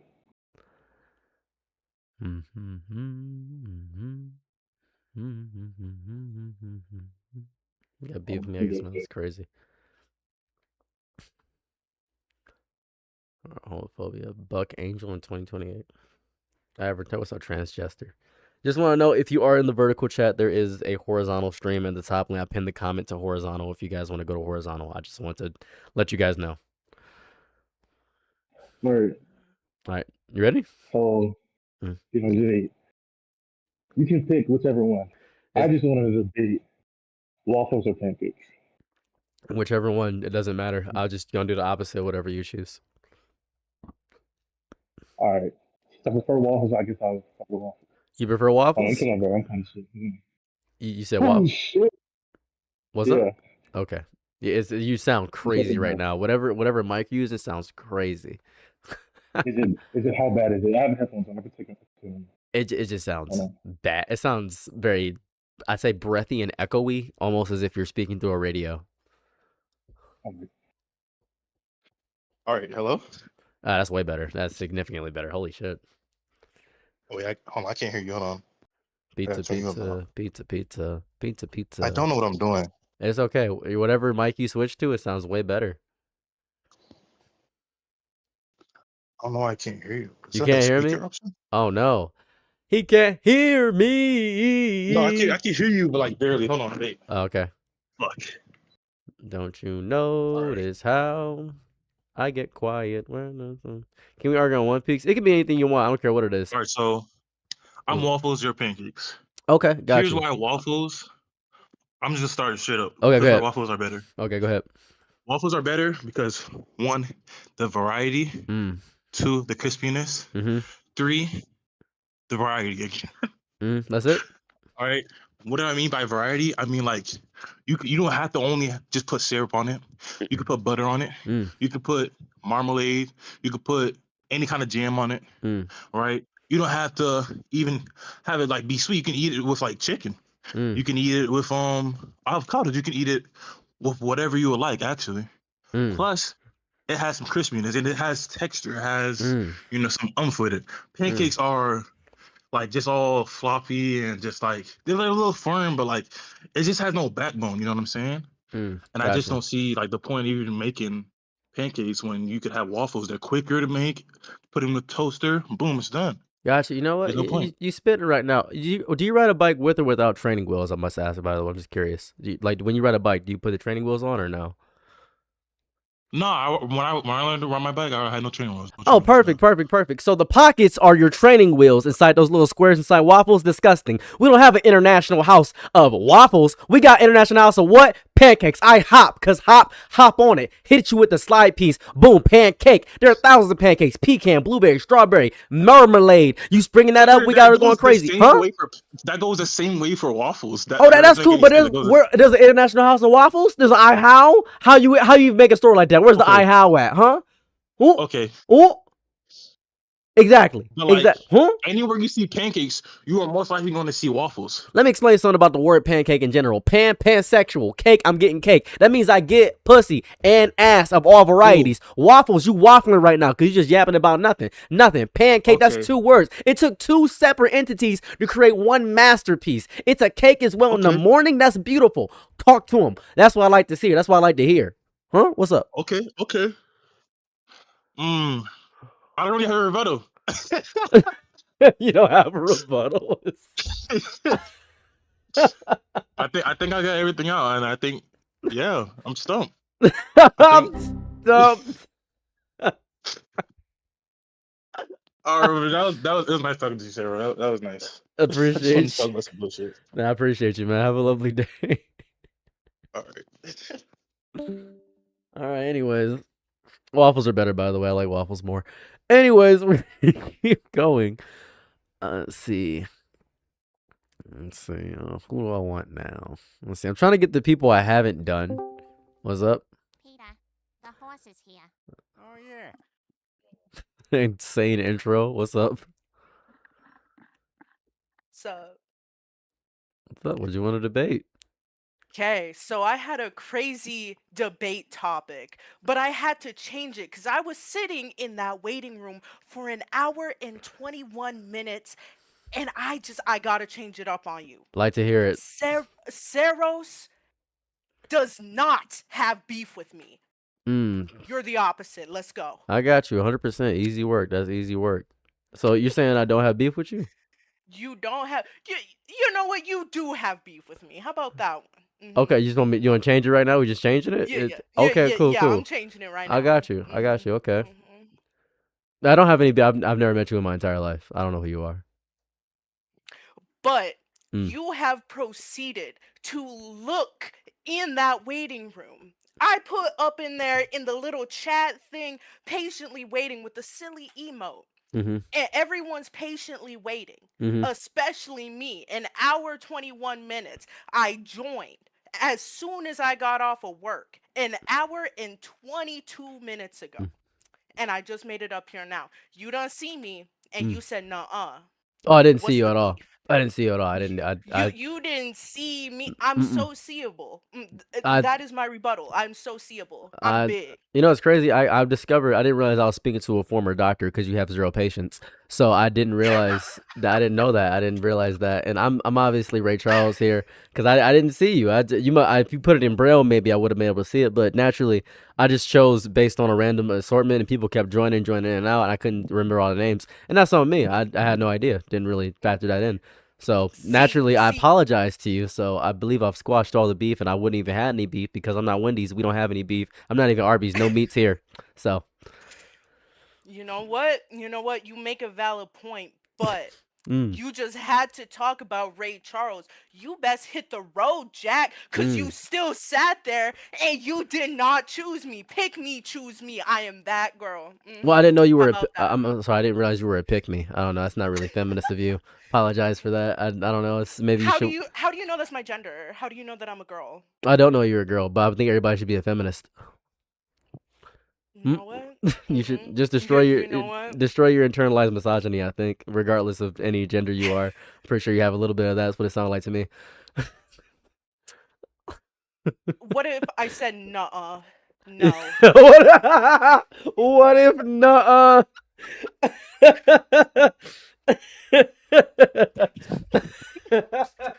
What Hold on. if Okay, don't so know? for my last 2 minutes, I have 2 minutes left. Can I Uh-huh. hit you with this? Oh, okay. The Mhm. original thing. I just want to troll a little bit. A Mhm. perfectly unstoppable force can meet a perfectly immovable object. Yeah. Debate. 2 minutes, 30 seconds. You Let's said go. they can or can't? Are you arguing they can? Yes, sir. My argument is that by literally the law of relativity in physics, by existing within chemistry, it will create friction, which will cause them to slide off each other. The only action that could possibly happen is friction, which will cause irreparable damage to both objects. That is the only reasonable reaction. But if they get damaged, then they move. Something breaks, it moves, correct? No, the object wouldn't move. The unstoppable object would be unstoppable, and the immovable force would be unmoved. The movement would still stay perpetual, and the object would still stay within itself as unmovable because it didn't move in any capacity. The only thing that would happen would be friction. But if the object moves, it wasn't immovable. No, the object wouldn't move. The unstoppable force would move in a different direction. It would alter the direction of the moved object. But so you're saying that neither changes. Yes, 100%. There's no relative If change neither in that. changes, then the force isn't moved anymore, so it has been stopped. No, It doesn't Yeah. change. It doesn't change the No, original directive. No, it doesn't change the directive. It changes the direction of the directive. There's more. It's working on a 3-dimensional plane, so it'd move in a right direction. If I'm always going left and then something tells me to go right, I'm not changing in any which way. The force of which I'm moving, the unstoppability is still unstoppable. I'm just moving in a different unstoppable way. See, but you're breaking reality at this point. Reality will break because the question is impossible, but something still happens, right? Something still happens. Yeah, friction. That's the point of friction. That's the reality of friction. Okay, so if something is frictionized, because that is low key a word, Mm-hmm. then Very low key. Okay, you know what? Let me stop. Let me stop this. No, I'm gonna go take my shower. I hope you know. I got off of work. I was watching your Gideon video, and I seen that you were live, and I'm like, I gotta get in on this. So I joined the Discord, and I'm like, damn, I gotta run to my car. He might pick me, and I haven't even taken a shower. 12-hour shift in the in the warehouse, no AC. I gotta go take a shower. I'm sitting here smelly as hell, talking to you about some goddamn immovable force, bro. That's beautiful. I respect that, appreciate that, and I thank you for taking time out of your very busy schedule to talk to me. Thank you. I appreciate that. Absolutely. I'm gonna go take a shower because I'm stinky. You have yourself a good night. You too. Thank you. Bye-bye. Yes, bye-bye. Beautiful topic, beautiful talk. Holy crap, my ears. All right, I got autoplayed here. Love to see it. I will now do. Let me see somebody I didn't do. I'm gonna try somebody that's been here for a hot second. I'm forgetting the names of people. So if I miss somebody, man, I'm sorry. I'm be here for a second. Hey. Hey. Oh, I didn't know I was here. My bad. No, it's okay. Listen, I'm gonna tell you something. I'm kind of nervous to do this, to be honest. Okay, that's Is that fair. all right? And if I said something wrong, you can let me know if I said something wrong, and you can correct me. Okay? Hey, it's your life. I'm just living in it. Yeah. Listen. I feel like I'm about to have a panic attack, to be honest, but I'll try very hard not to go crazy about it. It's okay. Yeah. Take your time. Take your time to breathe. So just take some time to breathe. To be honest with you, is it crazy to say that I understand both sides of the situation? To be honest, What situation? like I don't know, honestly. It could be any situation, but somehow it could be like I understand both sides or something, but at the same time, I don't like how they express their shit differently. Honestly, that's what I feel like. Honestly, You would have to make it less broad, I feel. I'm not quite sure exactly what you're referring oh, okay, to. I maybe apologize. I'm not that good at speaking, to be honest, but It's okay. you know what I was feeling like, honestly. Honestly, I don't know if it's all right for me to bring up the Carmelo Anthony situation, but to be honest with you, I don't take any sides of this, to be honest. So your argument is that you take 0 sides?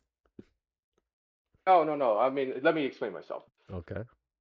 I know there could be no both side situation. There could be one both side situation. There could be any. It really depends on the situation, to be honest. Is that's how I feel like, to be honest. You know? Do you have no integrity? Honestly, I feel as though you would have to. You don't have to pick a side, left or right. You can understand both sides, but which one do you feel strongly about? Which one do you feel more aligned to, or do you not I wish feel to? like that. I Go feel ahead. really bad for both of them, to be honest. The Carmelo Anthony and Austin McLeod, to be honest. That's what Yeah, I feel like. one person lost their life, and another person is in jail for the rest of their life. It's a very horrifying Yeah. situation. Yeah. Yeah, it's a really terrible situation. And yeah, to be honest with you, I feel like that Carmelo Anthony needs help, to be honest, before he stabs someone, to be honest. Is that crazy to say? What is your sorry, I don't mean to circumvent you. What is the thing you would like me to argue against? The thing, to be honest, it's most likely I heard one of those people on the news who was saying it's most likely the student in the school saying he was known for fighting and all that stuff, but he never. That's what I've heard, honestly. And that's one thing I feel like that do I feel like that Carmelo Anthony needed help? Is It's most likely obvious. Do I feel like it? what? Yeah. Do you feel like it? I don't know. I'm not you. I think I can't speak for you. I feel like that Carmelo Anthony actually needed help. And to Okay. be honest, if I say something crazy, don't let me know. But I'm really nervous to be honest. That's why. It's I'm okay. trying It's to. okay. It's okay. This is to start the timer. I would need to know the opposite of what I'm debating. I have to start the timer. Honestly, both sides of how they treat, not likely but Austin and like Carmelo. It's Okay. most likely how the supporters on both of them. Honestly, sometimes some reason I feel like that there are something. I just feel like that. Okay, I don't even know what I'm saying. Let me It's take my okay. time. It's okay. It's okay. I didn't start the timer yet because I didn't know what I was debating against. Um, are you just sad over the fact of the matter that the situation has different actors on both sides? Are you just trying to come to a point of understanding? Maybe that's probably feel like I want to understand how to like understand the both Well, sides from that wouldn't really understand be both a. sides most likely. Okay, I got you. I'll argue that you should understand neither side. Ready? What?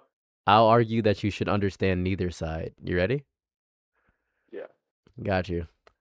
Everybody in this situation deserve what happened to them, and I don't like anybody involved. All the black people involved in this that are die hard for the entire situation, they're evil because they would excuse any black murder in any capacity. All the white people simply use this as an excuse to be evil and racist towards black people, as Austin Metcalf's father called him a watermelon killer. They were already racist, and it's just going to cause a spark in the culture war in totality. There's nothing to gain from benefiting and listening to either of these sides. Yeah, I get that. Oh, I almost understand. Oh, go ahead. it's something. Sorry, I'm sorry. I am so sorry. It's okay. I just don't like how the supporters and like Carmelo and Austin have expressed. It's most likely both sides, honestly, that really pissed me off. Like one time, no, not 9 times, no, actually. It's most likely obvious that I feel like that. If is anyone in the chat saying that I'm stuttering so bad, honestly? No one ignore that. No one's talking about it right now. They're talking about cheese in my eye bags right now. That's all they're talking about. They're saying I look tired. You got That's cheese it. on your eye? They Damn. just said I got eye bags. That's all they're talking about. Don't worry about it. You're too. Don't be. It's me and you talking right now. Don't worry about anybody else. Yeah. It's just me and you. Yeah. So that's what I feel like. I feel like that both sides expressed it in the wrongful way instead of trying to find ways to likely understand what really happened and all that stuff. And listen, I know nobody's gonna listen or anything, but like I can't control what y'all listen. Not really. I mean, like I can't control what y'all believe in. To be honest, that's what I feel like. Honestly, you know. Okay. I mean that's fair, valid. It's understandable. That's It really depends on how you talk to the person. Honestly, that's why it's not like some. I don't know the word for this to be honest, but it's most likely what happens in the real world. To be honest, like it depends on what person you talk to, or you see. yeah. That's every topic on earth. It depends on who you Yeah, talk to, but that's every topic on earth. That's just how for topics real. work. Yeah, for real. Honestly, I feel like that. Okay, can I be honest about what I feel like about to say? Yeah. Go ahead. You're more than welcome to be honest. That's what I would hope so. Yeah. So I feel like the Carmelo Anthony supporters and us, the Metcalf supporters, aren't doing anything better. Because I swear, honestly, it's like here's my here's my perspective on how I see those Austin Metcalf supporters. I swear, people will complain about like black fatigue, black fatigue, black fatigue. Like, please shut up about this. Like, I just remember the time like Jeff Metcalf, Austin's Metcalf, dad. I heard like he said like he didn't want this to be a race issue, honestly, but unfortunately, that's what happened. People didn't listen to him. That's what really happened. Did you heard that or I don't know? Yeah, I've heard that before. Yeah. Yeah, and that's pretty much how I feel like that. Why he went insane and called Carmelo and Watermelon Killer. Honestly. That's the reason why it happened. Yeah, I'm because not. the I understand his pressure, anger. no, the pressure from online obviously got to him. It's just that's what happened, and that's why I think Yeah, all sides in this are pure evil and deserve no understanding in any capacity, and they're all just use this to further a race war, and I don't wish to understand them. for real. That's what I'm trying to say. trying to say what I'm trying to say. That's what I feel like. Yeah, I gotcha. Oh, I'm looking at other service right now. It's okay. I feel like that Carmelo Anthony's supporters aren't doing good either, honestly, because I swear they're just saying something like not true stuff and all that. When I feel like that, it's most likely obvious that they didn't see what happened in the footage, honestly, clearly. But I'm not gonna blame them, honestly, because I'm not gonna lie. When I saw the footage, it was so low quality, really low quality. Mm. Yeah, it was definitely not too low quality. I mean, it was 4K, but like when you zoom it in, it's like low quality. You get what I'm saying? It's true. I guess because we don't have the ample footage, we couldn't really figure out exactly what happened. But at the end of the day, a life is lost. All that I know is that a life Yeah, is lost. for real. Yeah, and that's why I feel like that. None of the testimony, I don't know how to say this, but like the witnesses didn't support Carmelo. To be honest, they didn't say like they didn't say like he killed him in self defense.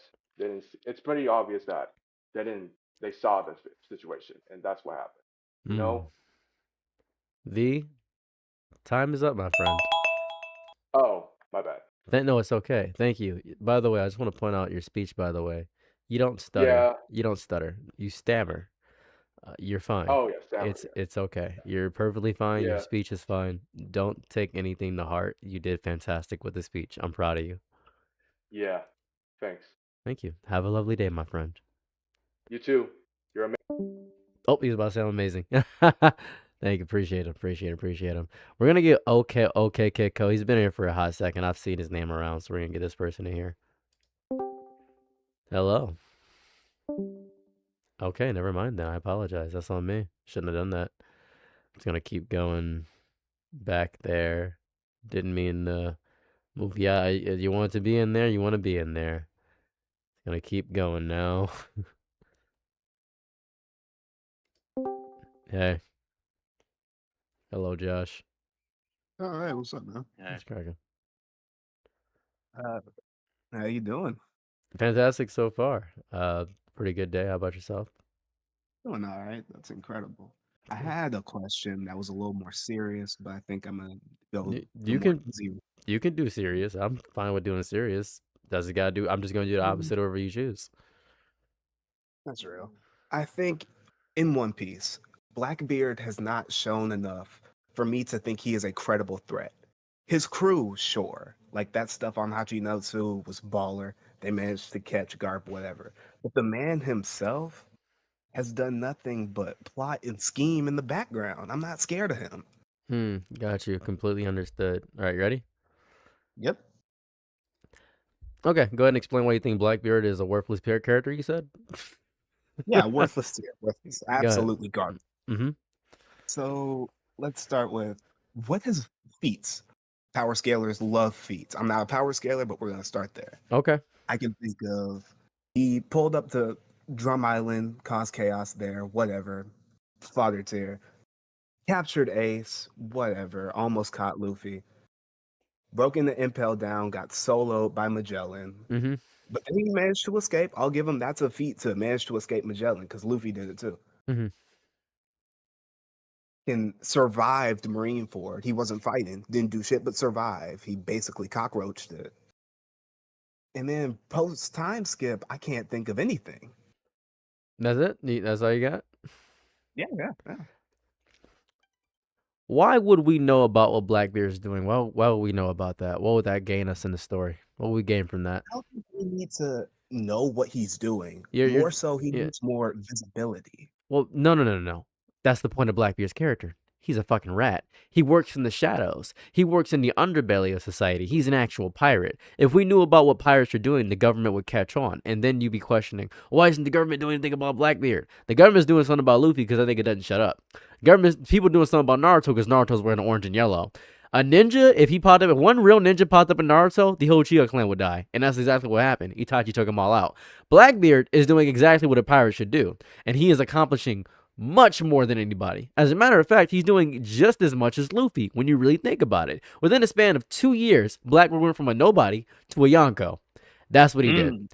That's exactly what he did. He is a perfect character in that capacity because he waited. He's patient. He makes sure to gather what he knows. He has enough information to know that he needs the roll poneglyphs. He has a better vision of what to do than Luffy does. We love Luffy because Luffy is an idea. Blackbeard is a person. Blackbeard will whimper. He's scared. He uses that as an advantage against people. It's like, why is he so weak? Why is he cowering? He looks so pathetic. And people underestimate Blackbeard. But every time you underestimate Blackbeard, guess what?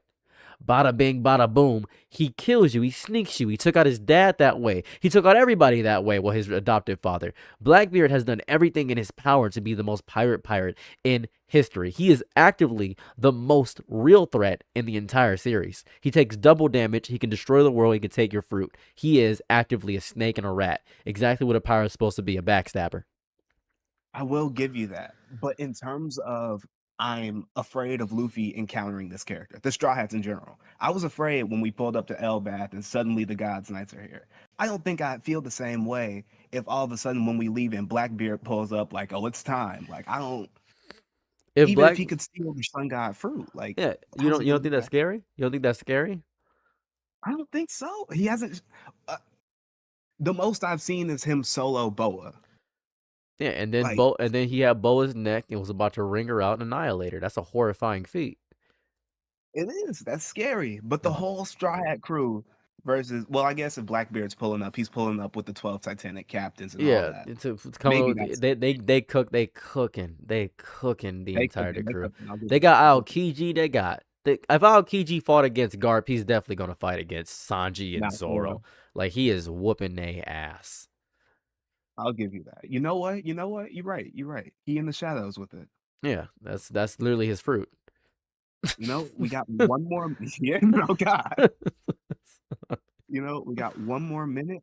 The more serious topic was, I don't think that any of the systems that are in place in order to fight government corruption or get, laws made for the people rather than private equity or whatever will work or ever work, and they're designed to fail on purpose. 100%, because when absolute power corrupts, absolutely. But actively, they are going to work, because I forgot I was doing the opposite. Sorry. Yeah, they are going to work because you don't have faith in the people. We have come together all the time to get active, progressive change. And change is slow and it takes time. We have to work within the systems and bore them out from the inside out. That's what you have to do. You can't just think things are going to change instantly. Even if the systems themselves are corrupt, we have to rely on the systems, because if our institutions fail, then we fail as a people. But the systems control how the people think. Yes. And that way we got to change how the people think. We have to actively become the system in itself.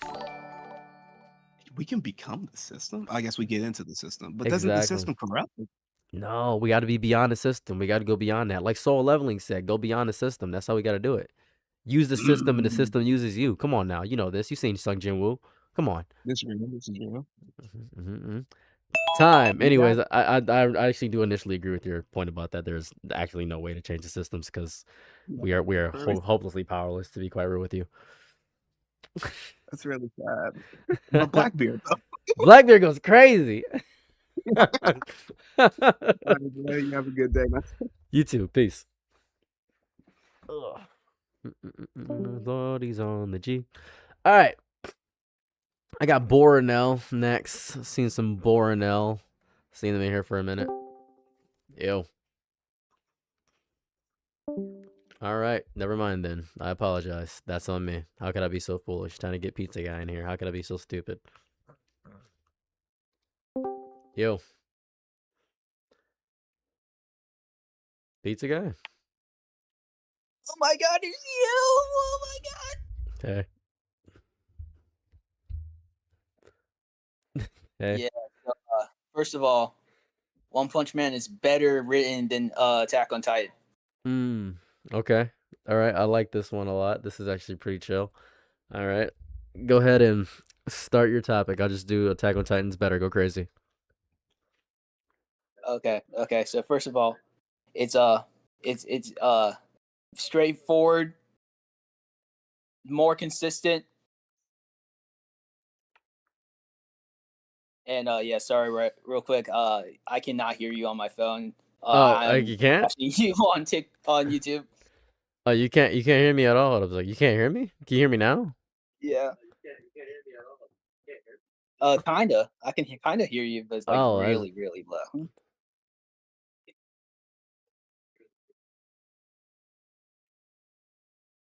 What happened? Oh, you good? Sorry, I'm just the color changed in my room. Oh no, no, it's good, it's good. Okay, so first of all, Aaron, he is good written, like, but Do you have my stream up? the thing is with Aaron, it's just that at the end of the day, all he did was just kill people and is now trapped in like present, just internal present. That's it? That's the argument? Because if you think about it, all he did was just fight a war, and then guess what? Now he can see his past, present, and future, and then kill people. Oh, is that it? Yeah, probably. I'm not gonna lie, I cannot hear you, but yeah. Oh, are you watching my stream right now to pick out if I'm speaking? Yeah, I'm a big fan. Okay, I guess I'll just go ahead and try my best to talk and explain why Attack on Titan is significantly better. I can kind of hear myself in your thing, but that's okay. I'm just gonna lower this a little bit so I don't hear myself. Okay, so Attack on Titan is a better cohesive narrative overall. It is a cyclical story that actually makes sense. The narrative and themes of the point are the fact of how far will you go for your dreams, and that's an important narrative. The entirety of One Punch Man is simply the fact of the matter of, all right, so I finished my goal and everybody else is relying on me. I think there are better designs overall in the entirety of One Punch Man, but in terms of the overall cohesive narrative and being a cyclical story with the mythology and the allusions to everything and how characters are written, I think it has a deeper, more impactful plot in Attack on Titan because they actually care about the arcs of the characters overall as opposed to just making them have one-off moments that give them small things. There's too much going on in One Punch Man to have a cohesive narrative that actually grounds the characters in totality. With Attack on Titan, it does ground everybody and everybody accomplishes what they need to, and it actually shows the consequence of going too far for your dream.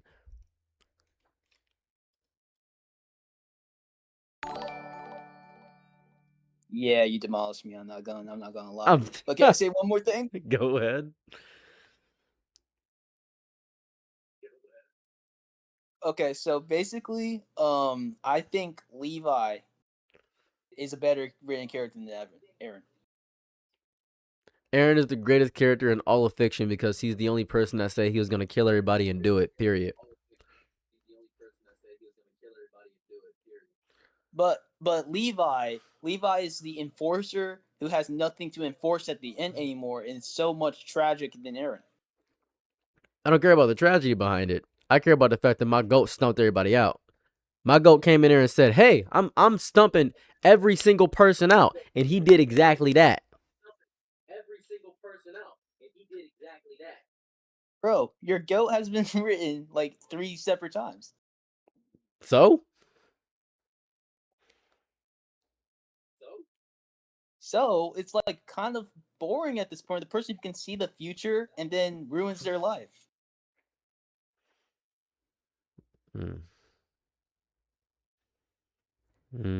Like Dark Vader, Paul Atreides, and then you got Aaron.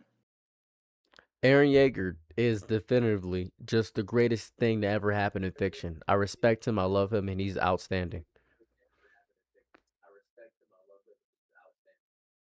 It's hard to do this. I like It's hard to Levi more. it's Levi hard is more to, enforceable. it's hard to do this because it's like a stunted delay between the two. I'm so sorry. I can understand that.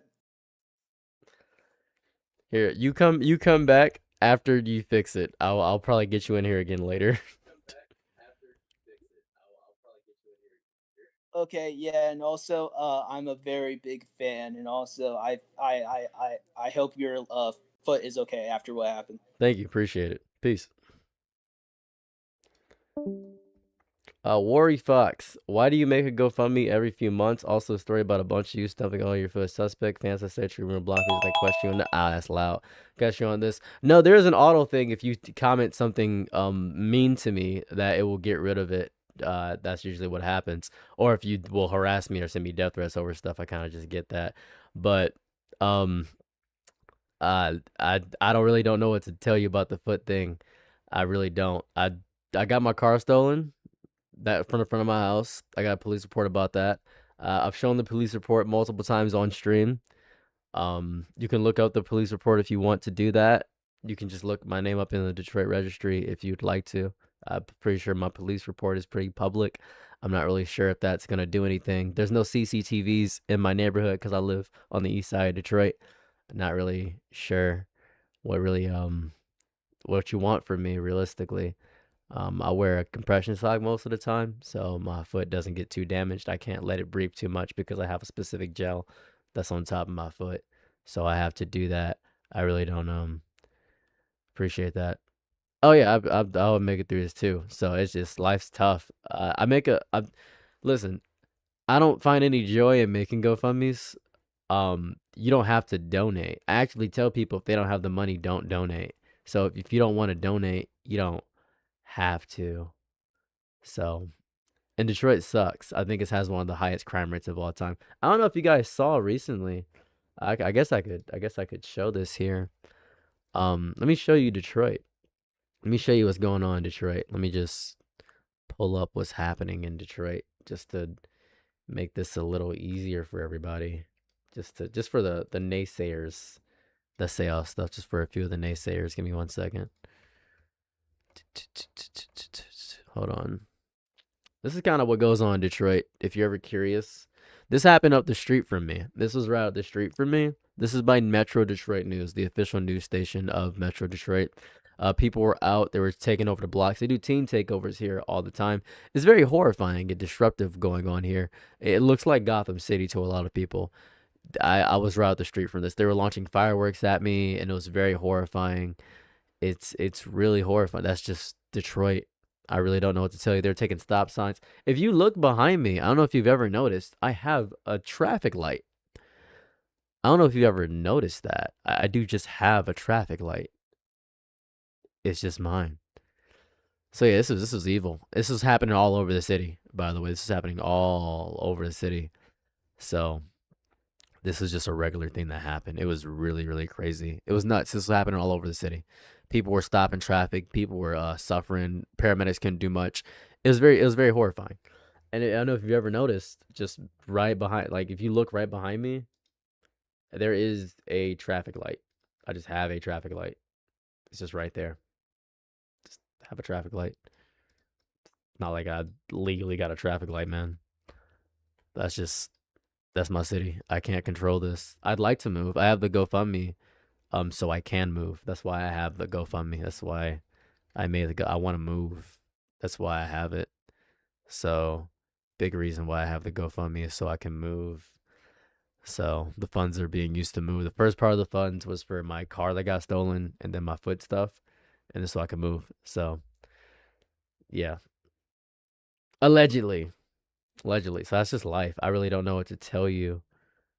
So now then, we're going to go ahead and get somebody else here. Let me see if I can get someone else.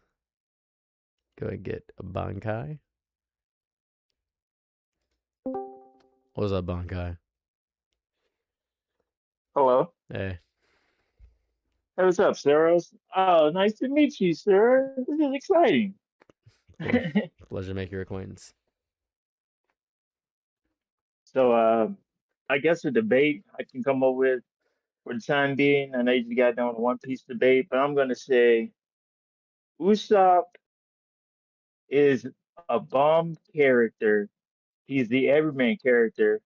And my debate is that One Piece has gone on so long that it has no place for an everyman character like himself.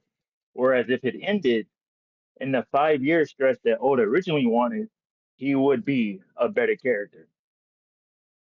Your argument is that One Piece would be better for Usopp if the story was shorter? Yes, sir. Got you. You ready? Yes, sir. Go ahead. Explain your premise of why you believe that first. Go ahead. Go crazy. The world building wouldn't be as huge. You wouldn't have concepts like hockey. You wouldn't have met super strong characters like we do now. So, Emu wouldn't be a thing. so an objectively worse story. It would be worse. It would be worse. But Usopp would probably be a better character. That's what I'm saying. I'm saying because I don't like him as a character. Because I feel like his utility is past his expiration date. There's not a single character in One Piece that has actively grown outside of strength. They haven't grown as people. The core concept of who they are is the same. They just build off that core concept of who they are. So Sanji is always going to be a pervert. Zoro's always going to be a lost Ronin. You have Luffy, who's always going to be himself and free. Nami's always going to be a thief. Usopp's always going to be a coward. It's just showing to be more of what they are and finding ways to divvy from that in totality. Their core roots of their character is always going to be the same.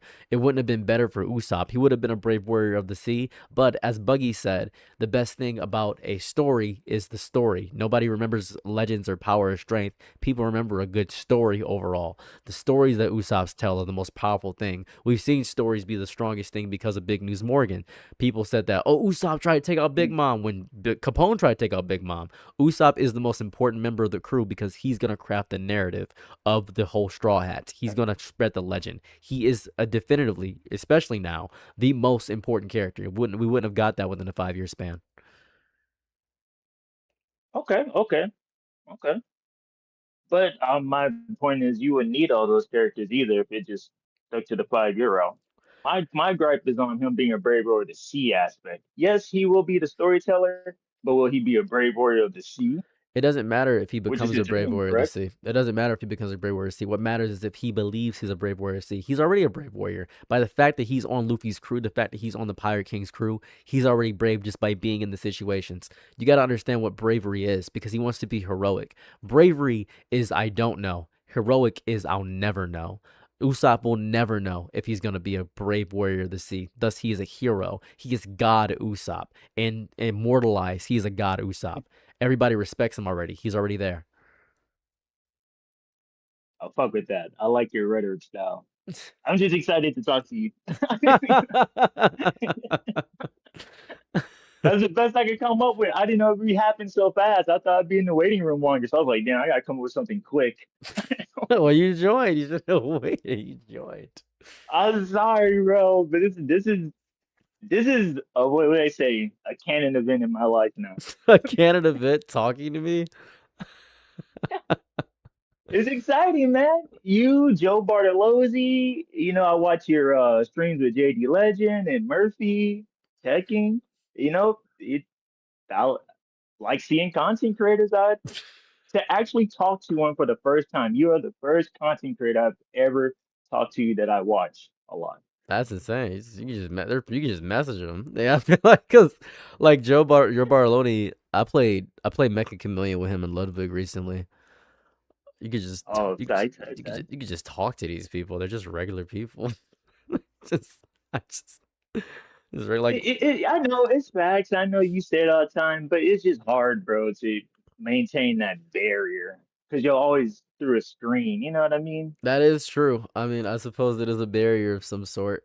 I mean, but if you're a part of the Static Choir, we're already best friends. Hey, We're already the sir. best of friends. Is that time? Is that it? Do you have a minute left? Anything else you want to say? Oh shit, a minute left. Mm-hmm. Fuck. Shunsui Kuryaku is my favorite captain in Bleach, and I'm out. Thank you, sir. Have a lovely day, man. Bye. You too.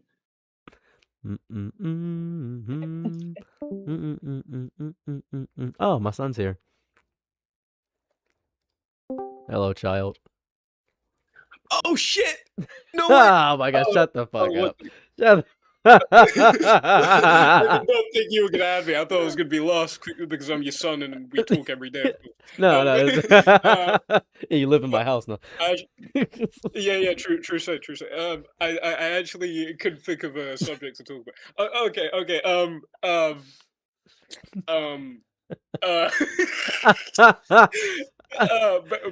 British people are superior, and I'm gonna tell you why. Okay, all right, go ahead, go crazy.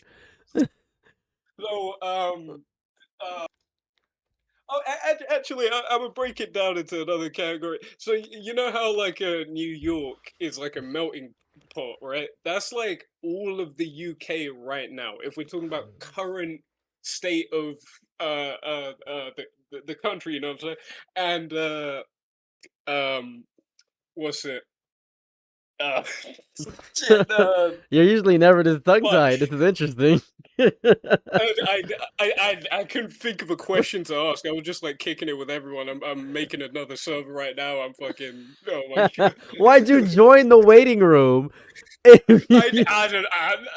just wanted to talk about that. Is that such a bad thing to want? Is that such a is that a crime?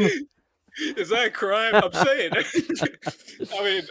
I mean, shit. I don't want to waste your time and shit, so I might as well see myself out with it. You know, I'm that's so fucking weak. If you want to talk later, just message me, man. I know. I dead ass. I was just coming there for shits and giggles. Like I did not know there was like a cool and everything going on. But, All right, I'm about to put you in waiting room. Peace, brother. yeah, no problem. My son, my child. Hey, Shaggy. Just seeing Shaggy in chat. I'll get you in here. Hold on. The certified yapper, Shaggy. Go crazy. Oh shit! Oh shit! I was seeing you in chat. Go I crazy. wasn't ready to be scooped yet. It's too bad. Hi, I'm Shaggy. Hey. Nice to meet you. Pleasure. So my argument would be, I personally believe that Marvel is a way worse universe to live in than DC. Okay, I can do the opposite. Yeah, it's easy. You ready? Yep. All right. Why is Marvel worse than DC? Okay, so the sheer threats that you have to deal with on a not only a planetary level but on a daily level are just way worse. Like, let's use New York City as an example, right? Okay. So let's say you live in New York, right? You chilling, you know, like you have a hot dog stand, you selling glizzies on the corner, you know, and then next thing you know, you hear, oh shit, and you see a fucking car being flung at you because the Hulk, a hero, by the way, a hero is going on a rampage and just freaking the fuck out because he's fucking angry. Yeah, you might get a medical bill and they have technology that actually fixes that, and it would actually make it easier for you because if you break a bone in Marvel, you actually find nanobots with Iron Man. That's actually pretty easy. Now DC, right? Yeah. Let's say you jaywalk in Gotham. I see you jaywalking in Gotham. What the hell was that? The fuck? What's that noise? What's that noise? And you see a sweaty billionaire coming up with his big hairy bat balls, dropping your forehead. Boom! Smack your neck. Ow! And you thinking, okay, all right, you shouldn't have jaywalked. So you just, you go to the hospital. Now you got a crazy bill from Gotham. Oh, the bill's crazy. Then you're leaving. Okay, all right, cool. And then you see, riddle me this. A brain teaser? A brain teaser. And then Batman comes, the guy that put you in the hospital. He comes and he's like, okay, all right, I stopped the Riddler. Okay, he stopped. Easy, right? Good. Next week, let me give you a riddle. How'd you get out of Arkham? It's been 7 days. A good behavior. Or better yet, Joker actively just decided that. And then on top of that, you're like, okay, Gotham's not the best, so you leave to Metropolis. It's easy. Superman's here. And you said a car's destroying you. Have you ever felt an Omega Beam? You just every conceivable you get deleted. Yeah. You get deleted from history, by the way. No one remembers you if you get hit by an Omega Beam. There's no character in Marvel that does that. I got one, right? I got one for you, right? I got two for you. So now we got the mutant gene, right? Yeah. So first things first, imagine you chilling, right? Yeah. Imagine you chilling. You just got out of school. You're a high school student. You know, you met the love of your life. You chilling. And then you wake up the next day and everyone in your town is gone. Everyone is dead. You're the only survivor. And you're like, oh, fuck. Where is everybody? Why is it a ghost town? And you see one person alive and you're like, oh my God, it's my girlfriend. And when you get near her, she fucking vaporizes. right? Oh, she Because vapor. the mutant gene, when activated, you can get any power. And it just so happens that one of those powers can be massive emissions of radiation that kills everyone around you. Okay. And then you got to deal with the savage Logan coming in. Like, imagine you chilling after your powers just got awoken, and then you're like, oh my God, it's my favorite hero, Wolverine. Mhm. And he's like, nah, I'm only really here to slime you, bro. But here, Like, but I'm alive, right? nah, you're dead after No, that. okay. You're Oh no, getting no, no. fucked by Hold up, Wolverine. hold up a second. I was alive until that point. That I got you just said I get a superpower. I'm immediately becoming a villain. In Gotham, you're becoming a statistic. I'm gonna become a villain. What's up? Like another thing to go into there is like, let's say like the snap, right? I'm a lesbian. I love pussy. I'm gonna say it as it is. Mhm. Let's say like you get home after a long day after work, right? Yeah. And you're chilling, right? Yeah. And like you're like trying to please your wife. You're like, I had a long day. Me and you are having stress. Let's go. I'm gonna go down on you. I'm gonna please you. Mhm. And like next thing you know, all you hear is snap, and then like you're spitting up dust. Yeah, that's great. That's great. That means I ain't gotta pay for somebody else. That's perfect. Thank you, Thanos. I appreciate it. That's just you made that way easier for me. Now picture this, right? Let's say you chilling in your house, right? And you took an extra cookie out at work, and then you hear you took an extra cookie at work. Is that Batman? And you ain't got no you got no nanites to stop you or The problem nothing. with DC, Yeah. and it's like the common argument is that we always rely on Gotham because Gotham is a shithole. Yeah. But the problem with is that all of Marvel is like that. No. All of Marvel is just that shithole. Have you seen Marvel know? Detroit? Marvel Detroit's actually really peaceful. Marvel? No, Marvel. It's crazy. I looked it up. Marvel Detroit. That's actually kind of funny. I ain't It's, gonna cap. it's wildly peaceful. I didn't expect it to be that. Canada's more dangerous in Marvel. Detroit. I live in Detroit, so if I move to the Marvel universe, I'd just be in Detroit. The worst I would have to deal with, and I mean this with my whole chest, is Howard the Duck. I can deal with Howard the Duck. I can beat Howard the Duck's ass. That's nothing. DC Detroit. You know what would happen? I would accidentally take a step and Doomsday would kill my cat. Like, where did Doomsday come from? He's like, sorry, citizen. Yeah, but like counter opinion is like Oh. you're in Marvel Detroit. Time. Damn. Beautiful debate. Beautiful work. I appreciate that. Hey, probably the fifth greatest lesbian I've ever spoken to. That's amazing. I wanted to say one thing. You inspired me to get into content creation. I really appreciate you, man. Thank you for having me on. I'm happy you make content. I'm proud of you for joining the trug and being my coworker. Appreciate you. All right. Peace. That was cool. That was fun. Shaggy with the subway take stick. That's crazy work. Now then, this name is curious to me. Hey, what's up? Oh, hello. Hey, Hi, I'm a yeah. fan. Yeah, hi, welcome. Pleasure to make your acquaintance. Hi, I'm watching the stream. How much do you know about magical girls like Sailor Moon or Madoka? I'm pretty hip. Okay, I want to argue that Madoka is more of an influential magical girl anime than Sailor Moon. And Gotcha. the reason why is because at the moment, timer's not on, is it? No, not yet. Go ahead. Just state your thesis, then Oh. we'll start. Okay. So, my thesis is that Madoka is more of a big magical girl anime than Sailor Moon. And the reason why is because at the moment, Madoka is putting out more content than Sailor Moon. Whereas, like, I don't think anything has been made by with Sailor Moon since, 2016. We get, announcements and hints, but really, Rayearth and Sugar Rune have been doing more for the magical girl scene than Sailor Moon has. Okay. All right. I'm ready. Ready? All right. Ready, yeah. set, and all right. Go ahead and give more to your debate. You said that Madoka Magica is more influential than Sailor Moon. Or just doing more for the scene at the moment. Ever since 2011, every single magical girl anime, or not every single one, but you've seen plenty of them try to kind of copy it, not really understanding what's going on, such as Symphogear, Magipro, and Magical Girl Site. They tried to take on the tragical girl genre, sort of, by being like, oh, well, Madoka was super dark, so we're gonna kind of be like, this isn't your average Sailor Moon. We're going to make it all dark and edgy and without really understanding what Madoka's going for. But because of the success of Madoka, I see more people talking about and cosplaying Madoka than Sailor Moon.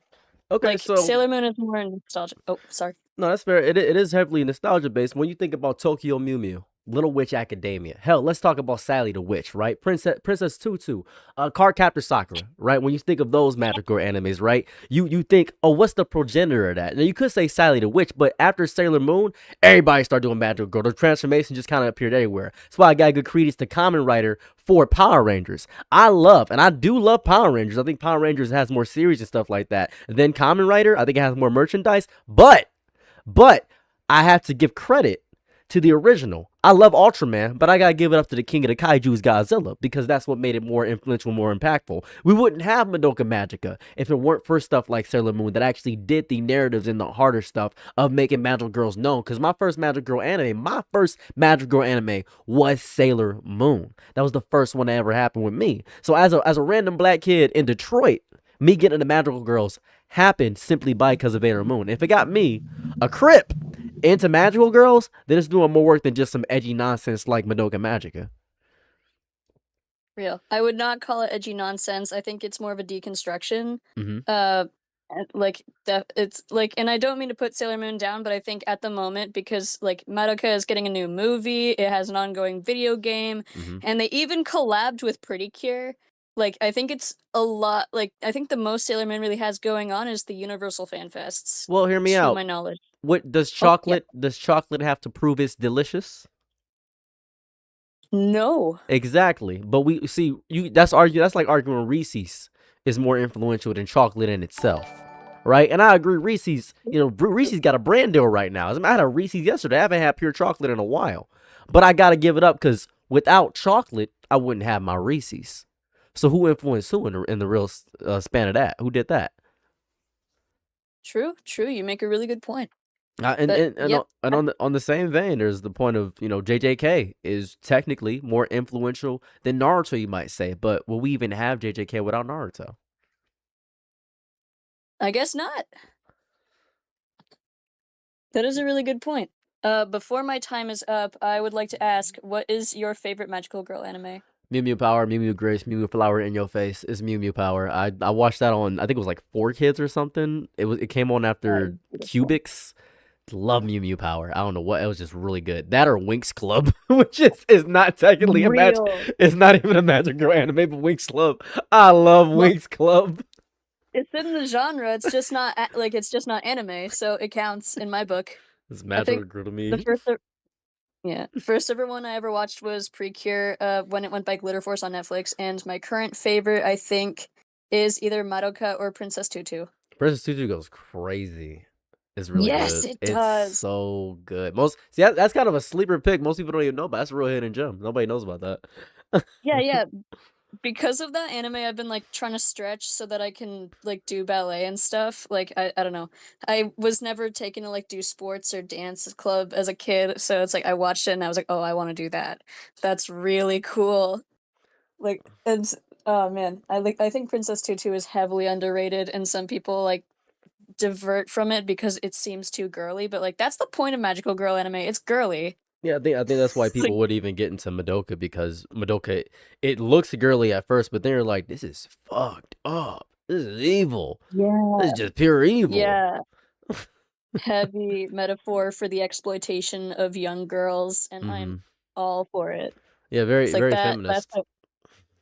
It changed my life. I'm It huge changed into my life. magical- It changed my life. Like that was my second magical girl anime after Pretty Cure, so you can the whiplash goes crazy. I didn't even get into the genre yet, and they hit me with the tragical archetype. This is crazy. All right, my friend, that's our time. Thank you so much for joining Thank the you stream. so much. All right, It was peace. nice talking to you. Absolute pleasure Goodbye. to speak to you as well. Peace. By the way, it doesn't matter if I know or don't know. I will know. I just want to point that out. If I don't know a subject, I will know the subject. Just please note that I will know the subject. Just note that. There's nothing on earth that is too niche for me. I mean that with my whole chest. Just know that. Winx Club is the best magical anime. Let's see. What do we got in here? Who haven't I done? You know what? Let's see. Somebody I didn't do. I tried to do OKK Did Jaden? Did I do Jaden? I don't think I did Jaden. Hey. Hey. Hey, what's good, man? What's cracking? Actually, before you do me, can you get OKKO in here? He accidentally left. Okay, got you. Alright. Hold on, let me move you back. Okay, all right. What's up?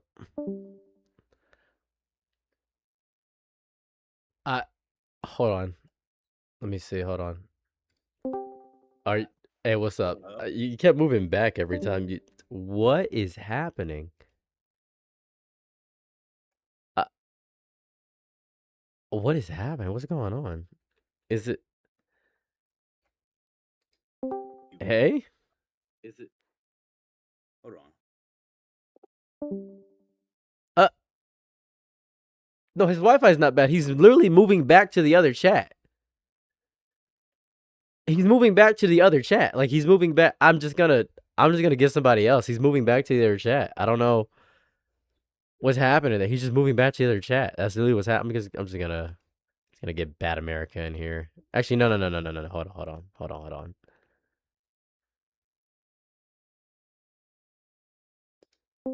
You have a new topic?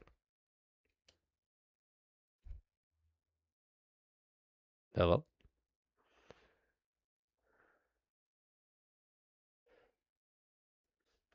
All right.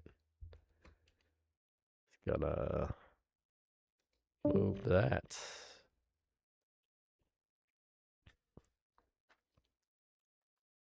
Hey. Hey. Hey. Hello. Hey, what's up? Hey, thanks for having me on. So I guess my debate topic was kind of like how you can't really separate art from the artist very easily if they're still alive. Okay. That's it? That's the argument? Well, my whole thing is just like, what I mean is not just like artists who just like, I mean like actual like really terrible people, you know, like Alfred Hitchcock or, you know, people like that, Ezra Miller, you know, individuals of that nature, not just people you disagree with. Got you. Yeah. All right. Jared left. Okay, well, go ahead and expand your argument. Timer starts. Perfect. Thank you. Okay, well, often the big problem with a lot of these figures is that they actively use their fame, fortune, and influence to justify hurting other people. Jared Leto, for example, has an entire cult. You have it to where, you know, going out of his way to also have creepy allegations. Harvey Weinstein got away with this for a while with his chokehold on Hollywood and all the abuse stories with him. And the same thing was true for Alfred Hitchcock back in the day. It's like to a point where he actively tore down an actress's career, specifically because she refused to sleep with him. And the problem is, well, it's one thing to watch something like a classic such as Psycho or a Harvey Weinstein production now that he's gone. They're dead, so they're not really going to do any harm. But if it's presented like they're still alive, like say someone like Ezra Miller, you can't really say, oh, I'm going to separate art from the artist when the artist is actively utilizing that art as a means of hurting others with their fame, influence, money. And that's why you pirate everything. And that's why you don't pay the artist for anything. That's why you enjoy the art in an illegal or an unethical way. That's why there's no ethical consumption under capitalism, and I'm going to live and die by that. That's why I'm not only separating the art from the artist, but the artist is getting nothing from me. They're not getting a single dime from me. I'm not buying an album. I'm not even following them on social media. I don't even know what the album's called. I'm just listening to the song in the way I want to. This person made an amazing game, but he assaulted somebody. I'm still playing the game, but I'm not paying it legally. I'm making a private server. You're getting nothing from me. Mm-hmm. Okay.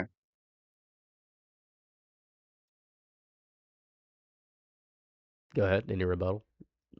Okay. But good kind of argument. I would say to that, there's a big difference between, oh, here's this big thing where you have all these different artists working together because, you know, many films are a collaborative process. But the difference between something like that and supporting a single artist is that filmmakers, crews, they're already getting paid for their work, whether you financially support them or not. You know, I mean, for example, the VFX artists on something like The Flash, they're making their money by this thing being nature of being Greenland, they're going to get other work. However, you look at something like this, the difference between no ethical consumption under capitalism and not supporting a terrible person is that whether or not you can actually distance yourself from the harm that they are doing with their influence, as opposed to just I'll phrase holding it like harmful this. I'll phrase it like this. Who's a good Okay. Who's a good person? Like just in general, Name or a famous person who's a good person. Name one. Dolly Parton. Dolly Parton is not a good person. She's done horrible things to many people in her life, and she was a vehement racist for a large part of her life. Like what? What? She's a vehement racist. She's done evil things to a lot of people. She's a terror to people in Florida, and she was very close to Hulk Hogan, who did racist things as well. Okay, and that doesn't undermine all the good that she's done with her. Oh no, profits as well. it doesn't. But she's not a good person. You can does doing good make you automatically a good person? I think it makes you a better person than if you don't. Got you. Let's say if I tortured animals, but I gave $1 billion to cancer research. Which one outweighs which? What? I give $1 billion to cancer research, and I wanted to cure cancer, but every day I just went in the basement and just started torturing animals. Am I a bad person or a good person? I mean, I guess that would be a bit more gray. Is that your point? I'm just saying that there's no good people. The famous people aren't good. There's no good famous people. Yeah, sorry, there's a bit of an echo here, so Oh, I'm hearing the same argument. But very sorry. no, you're fine. But yeah, I understood what you're saying. So there's. I mean, my whole point is just that it's like there's a big difference between, oh, this person holds views I dislike or they did bad things, and this person's actively using their fame, influence, money to do that. Like, would you say that someone like Dolly Parton is the same as someone like Jared Leto in terms of the way they put people? Both could make as much money as I'm gonna make in my entire life on one meal. They both are worthless people to me. All celebrities are evil to me. I don't like a single one of them. They have too much money. I mean, I don't disagree with you there. I was just talking in terms of like when people constantly say, "Oh, separate art from the artist," and "Oh, I'm just going to do this and that." I'm just saying, if someone's actively using their money, influence, and power because of the art they make to hurt others, I don't think it's unreasonable to say that it's a little harder to separate the art from the artist there. Harder, but not compared to, impossible. like, Not impossible. You can do it. You can enjoy the piece of media. You can still enjoy it. enjoy it all you want. Like, I mean, hell, I mean, I love Psycho. It's one of my favorite movies. Time is up. Sorry about that. Oh, okay. No, no worries. That's pretty good. I think you have, in terms of morality, for sure. But the average person kind of doesn't care about that. Sadly, I know. It's sad. It's a very sad reality we live in. I know. But you know, we try to do the best. Try to be the best people we can be, and just hope to be the change you want to see in others. I guess. That's true. That's true. I'm gonna be as evil as possible. Okay, Skeletor. Anyway, thanks for having me on. Thank you. Peace. Peace. From what? Yeah, give me 10 or 15 bone-in wings, honey barbecue. Yep, with ranch, please. Hey, what's going on? What do we got next? What do we got next? I saw somebody. There we go. Don't you know what is that? Hey. Hey. Their thing is I have, I don't know if you have the stream up. Gabby?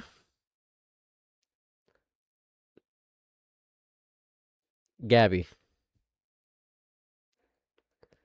The cheapest McDonald's burger is like $3.70. I don't know about that. Gabby?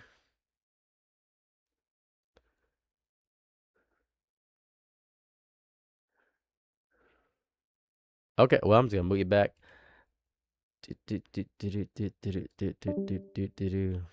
Let's see, who did I get? I didn't get Buffalo or Brother Darkness. I'll do Brother Darkness first, then Buffalo, perhaps.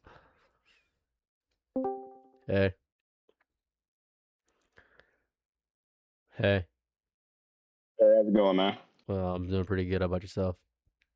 I can't complain. What would you like to debate? It's really just for the love of the game. But how about American football is inhumane as a national sport? Okay, got you. You ready? Yep. All right. Why is American football inhumane as a national sport? Okay, so the easiest one just being the amount of injuries and CTE that we've had, and we have had ways that we've tried to make the sport safer. Like think people would say that back older football was brutal. Now I really think you just shifted the brutality a little bit because now you just kind of put people in suits of armor where they feel more comfortable crashing into somebody, and we've got such a massive culture, amount of money and prestige around it that I feel like a lot of people look up to it at such a young age that even if they're aware of the harm that it can cause, they've already built the idea and the drive and passion to do it, that by the time they become old enough to say, yeah, this is what I want to do, I'm an adult or whatever, that it's already been massively influenced anyway. None of the fans really care too much about it. They care about the athletes as long as it's within the framework of the sport. None of them are going to say, okay, maybe let's not have that if I don't have to, as long as I can see somebody, bowl somebody over and send them into an isekai realm, people are like massive bowling folks over. But yeah, I think it's kind of inhumane. I think it's completely humane because they're getting paid crazy money. They're getting paid so much money. They don't have to play football. They don't have to do that. They can break the contract sometimes they want to. They got enough pull and influence. They're relying on their physical attributes to actually get a bunch of money because they can't rely on anything else because they've pigeonholed themselves into that. I think it's completely humane what they're doing. People want that. People crave that. People want the money and fame and attention. You could argue that about the UFC and boxing and all that stuff, but they chose that. They want to fight. They want to be violent. And without violence, humanity would have to rely on other means of getting our primal urges out, so we use a simulated form, avatars of black meat and flesh. These basketball Americans, sorry for my racial preferences, but these basketball Americans are going out here playing football and such, these 6'8" giants, these behemoths, 300 pounds of man meat, going behind your wife and behind another man, just going crazy like that. I think it's completely humane because of the fame, love, attention, the sport and drive they get. And if they get injured, they have the best medical staff on the planet because they need to get back out there and get some more balls in their face, because men just like playing with balls. It's a favorite national pastime. Men playing with balls. It's completely humane, slightly homoerotic, and it's fun for a love of the game because they can choose not to do it. They choose to do it. I think it's completely humane. Nah, see, now I'm good with man meat crashing into man meat as much as the next guy, but if I want to see that without the drastic amount of damage that can be done to it, I'll just watch wrestling or whatnot. And really, the healthcare can't even do nothing about the brain. There's nothing you can do about that pound of, I'm gonna say fat, but that's probably wrong. Sitting inside a fluid in your skull. It is true they do get paid the big bucks and the prestige and the ability that they can like about do whatever they want to, but I would be all right with it if it wasn't so big that it wasn't something that was putting stars in the eyes of kids making the decision. They're making the decision at points where they don't even really know what they're doing or looking at. And by the time they get up to the point where they can make that decision, they're already heavily influenced and more likely to do it because of the friendships, the culture, the heroes that they look up to. And yeah, you pay them the crazy dollars because they're gonna do it. It's mad manipulative. All of the injuries that they're worried about are the ones that they don't even really need to worry about. They worry about tearing their ACL or something that gets them taken out of the game quicker that might actually save their life if they can get put out earlier before they, They get get early onset. and they get CTE and stuff of that variety, and that's a fair argument. But they chose this. They chose this. They're relying on physical attributes, ones that I don't have. And they chose to get inside of this so-called inhumane place. They can choose to leave. If something's inhumane, why not leave? Why not just get out of there? And you choose to actually do this to yourself? That's insane. Personally, I think they're greedy.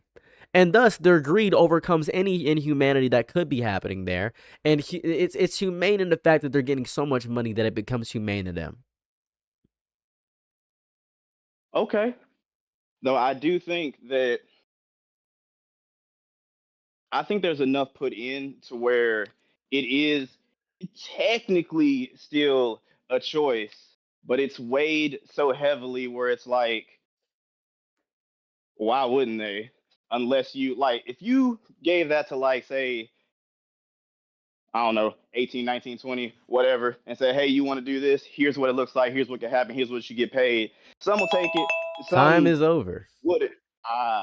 That's okay. I completely agree with you, by the way. It's completely inhumane. All sports industries, basketball, they're all disgustingly wildly inhumane. This was wildly wicked. Yeah, absolutely. It was just for the love of the game. I Love it appreciate you, again. bro. Appreciate you. Have a lovely day. You too. Have a good one.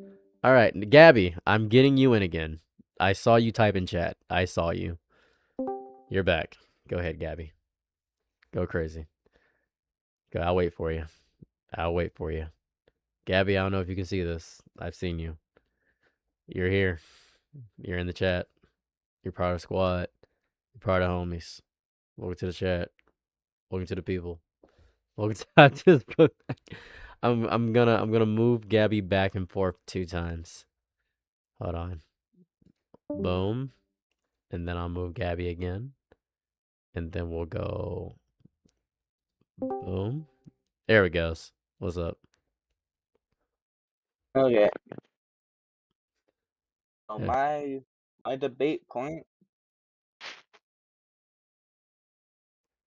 Can you hear me? I can hear you. Go ahead. Your debate point. Go ahead. My debate point is Tung Sahur should be Should be dictator.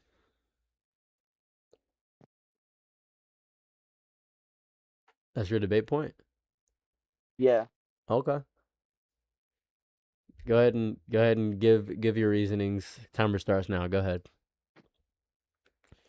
Tung Sahur should be a dictator because hold up, just give me a second.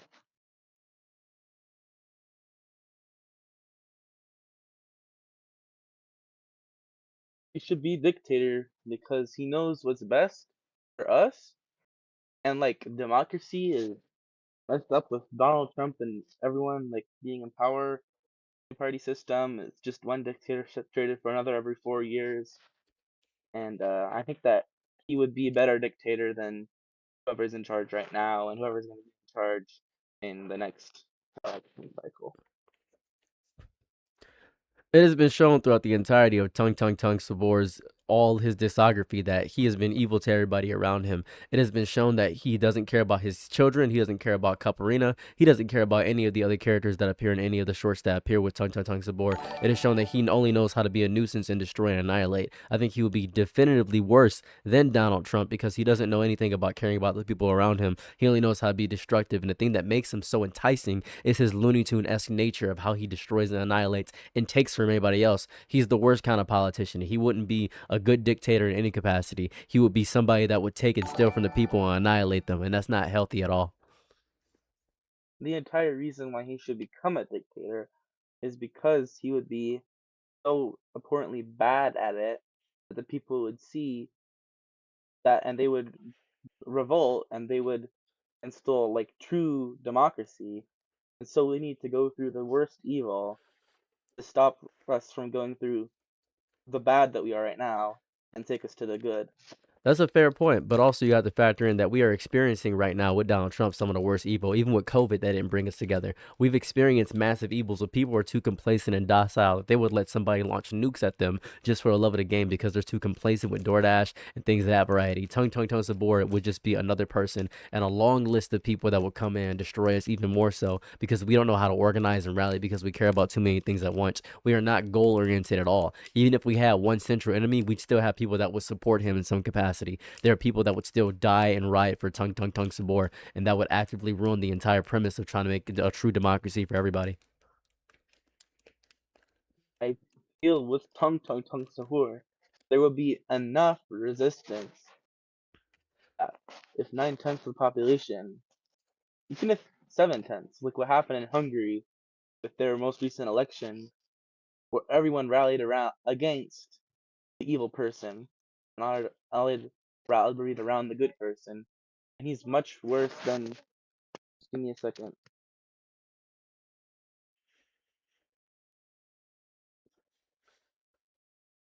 That Tung Sahur would be so bad that people would rally against him and revolt, fight with any means necessary against the 10% that like him.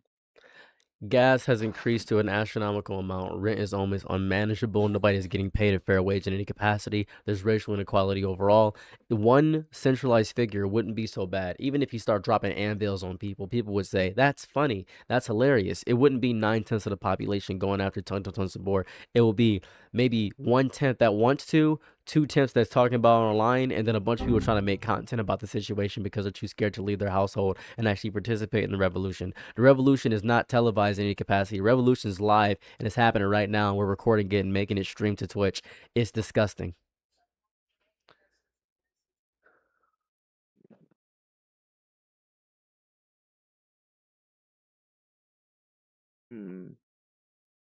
Fair point. I have no further debate points. I think you won. It's not about winning or losing a debate in this. It's just about having a conversation. But I do appreciate you bringing in Tung Sabor. Thank you so much. I appreciate that. Thank you for actually talking about it too. Thank you. Have a nice day. Goodbye. You too. Bye. A twin and in. Hey, Theros, you should play Animal Hospital. It's a really nice game.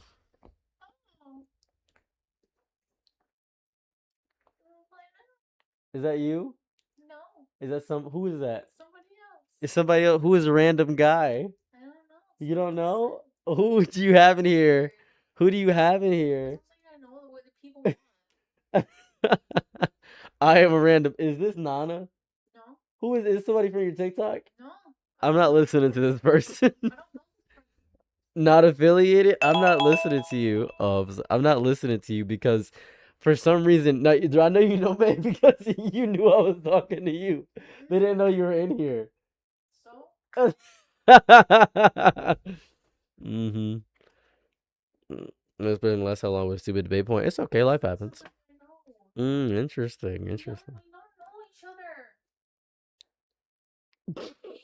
Ouch. I don't trust you at all. I'm getting risky in here. I don't trust you at all. Hey.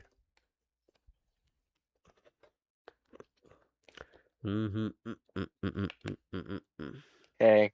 It's cracking. What? What's up? What's up? You want to debate? Yeah. Bro, it's kinda feedback looping. I need to stop here and scream. Okay, cool.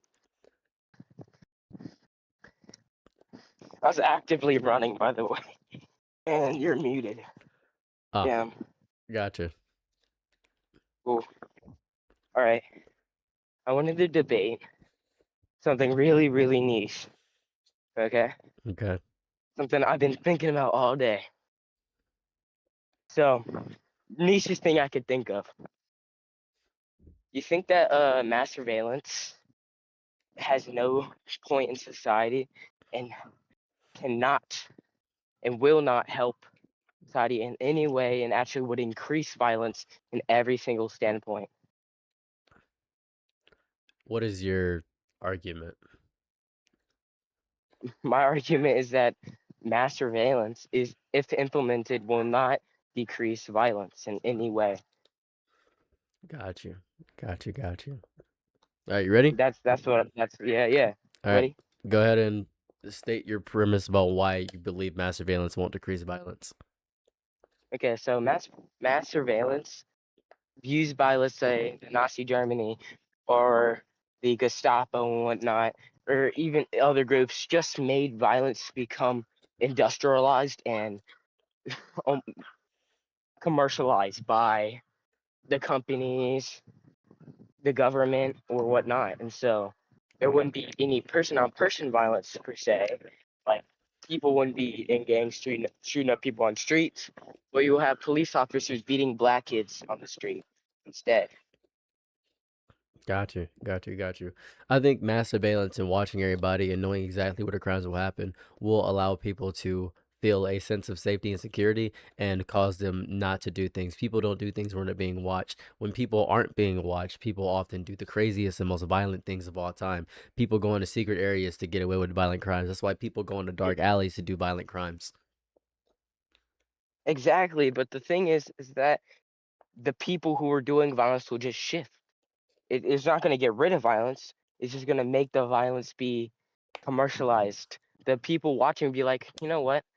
I know exactly where my ex-girlfriend is and where she lives at every single moment of the day. I'm sorry, Maybe I should knock are down you her saying door. everybody has access to Police mass officers, surveillance? Are you saying the everybody police, has? the police officers, or the people watching. There's got to be people watching, like police officers, the government, the people in government.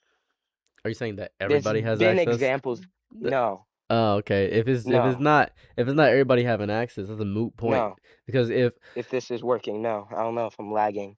I got terrible no, service, you're but working. no. You're working. So here goes the thing, What right? I'm saying is Go ahead. that the people who have the access to it will abuse it, and then would cause more violence. People who have access to it already abuse it, If and you can it's hear me, and it's hello. I can hear you, yeah. Am I known? What? I can hear you. Can you not hear me?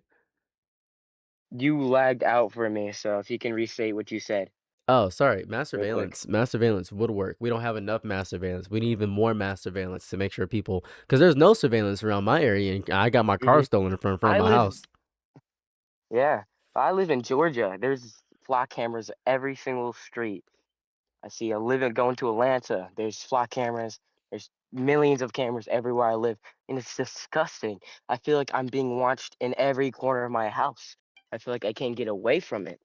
I feel like if some police officer said, "Ooh, that black boy looks a little vulnerable," they come over here and beat my ass. That's what I feel like. Yeah. Living in the South and And being so you don't do anything. surrounded.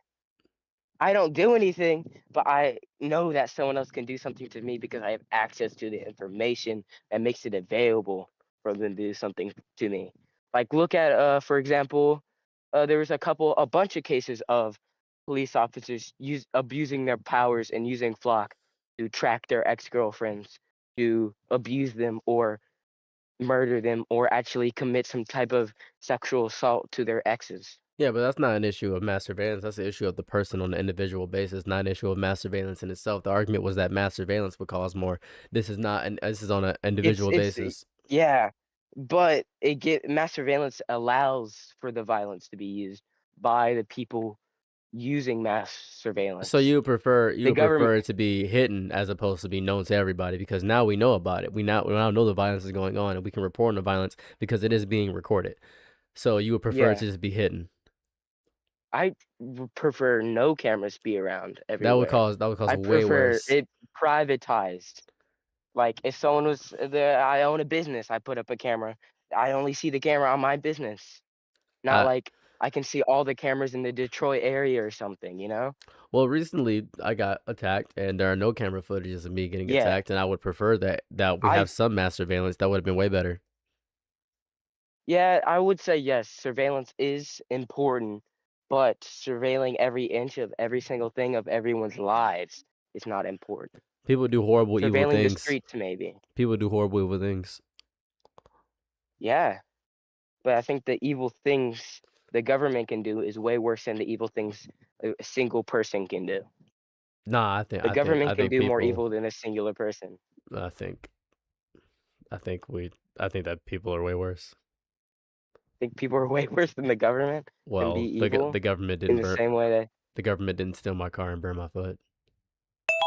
that Time's is up. true. Thank All you. I right, appreciate that. that was kind of a hard one. I like that debate.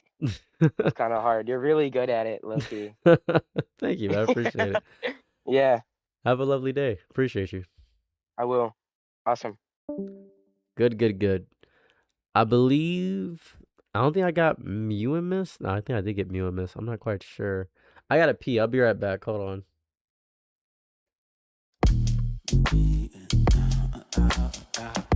Could we get down? Back good.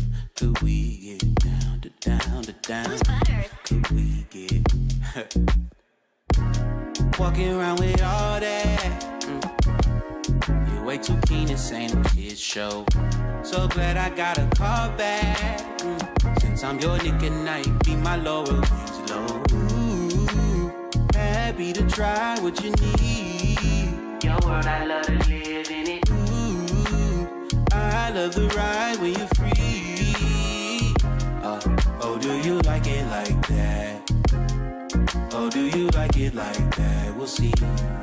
Oh, if you like it like that, baby, bite, I bite back. You know I know how to mash it free. Oh, do you like it like that? Oh, then I like it like that. Oh, if you like it like that, baby, bite, I bite back. You know I know how to mash it free.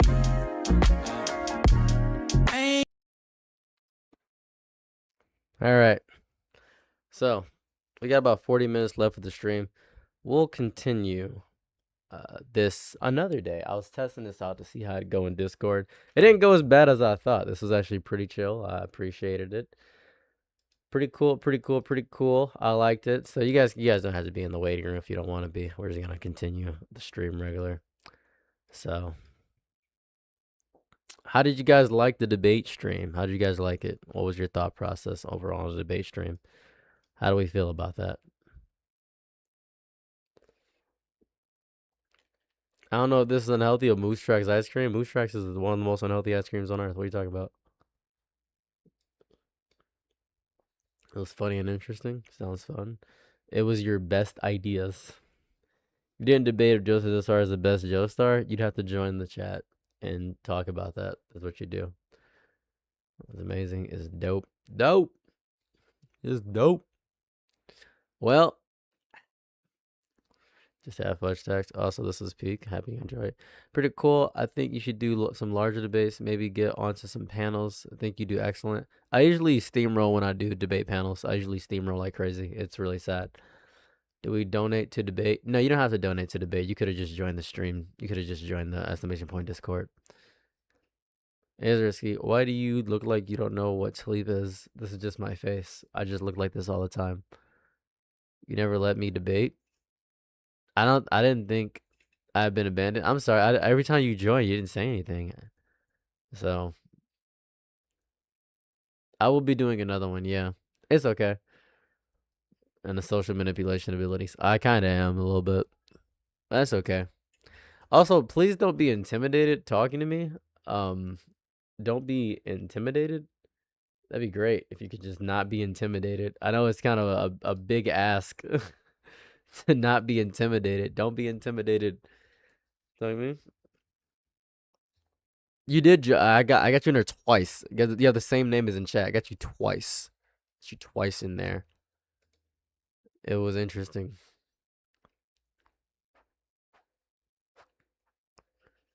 What the?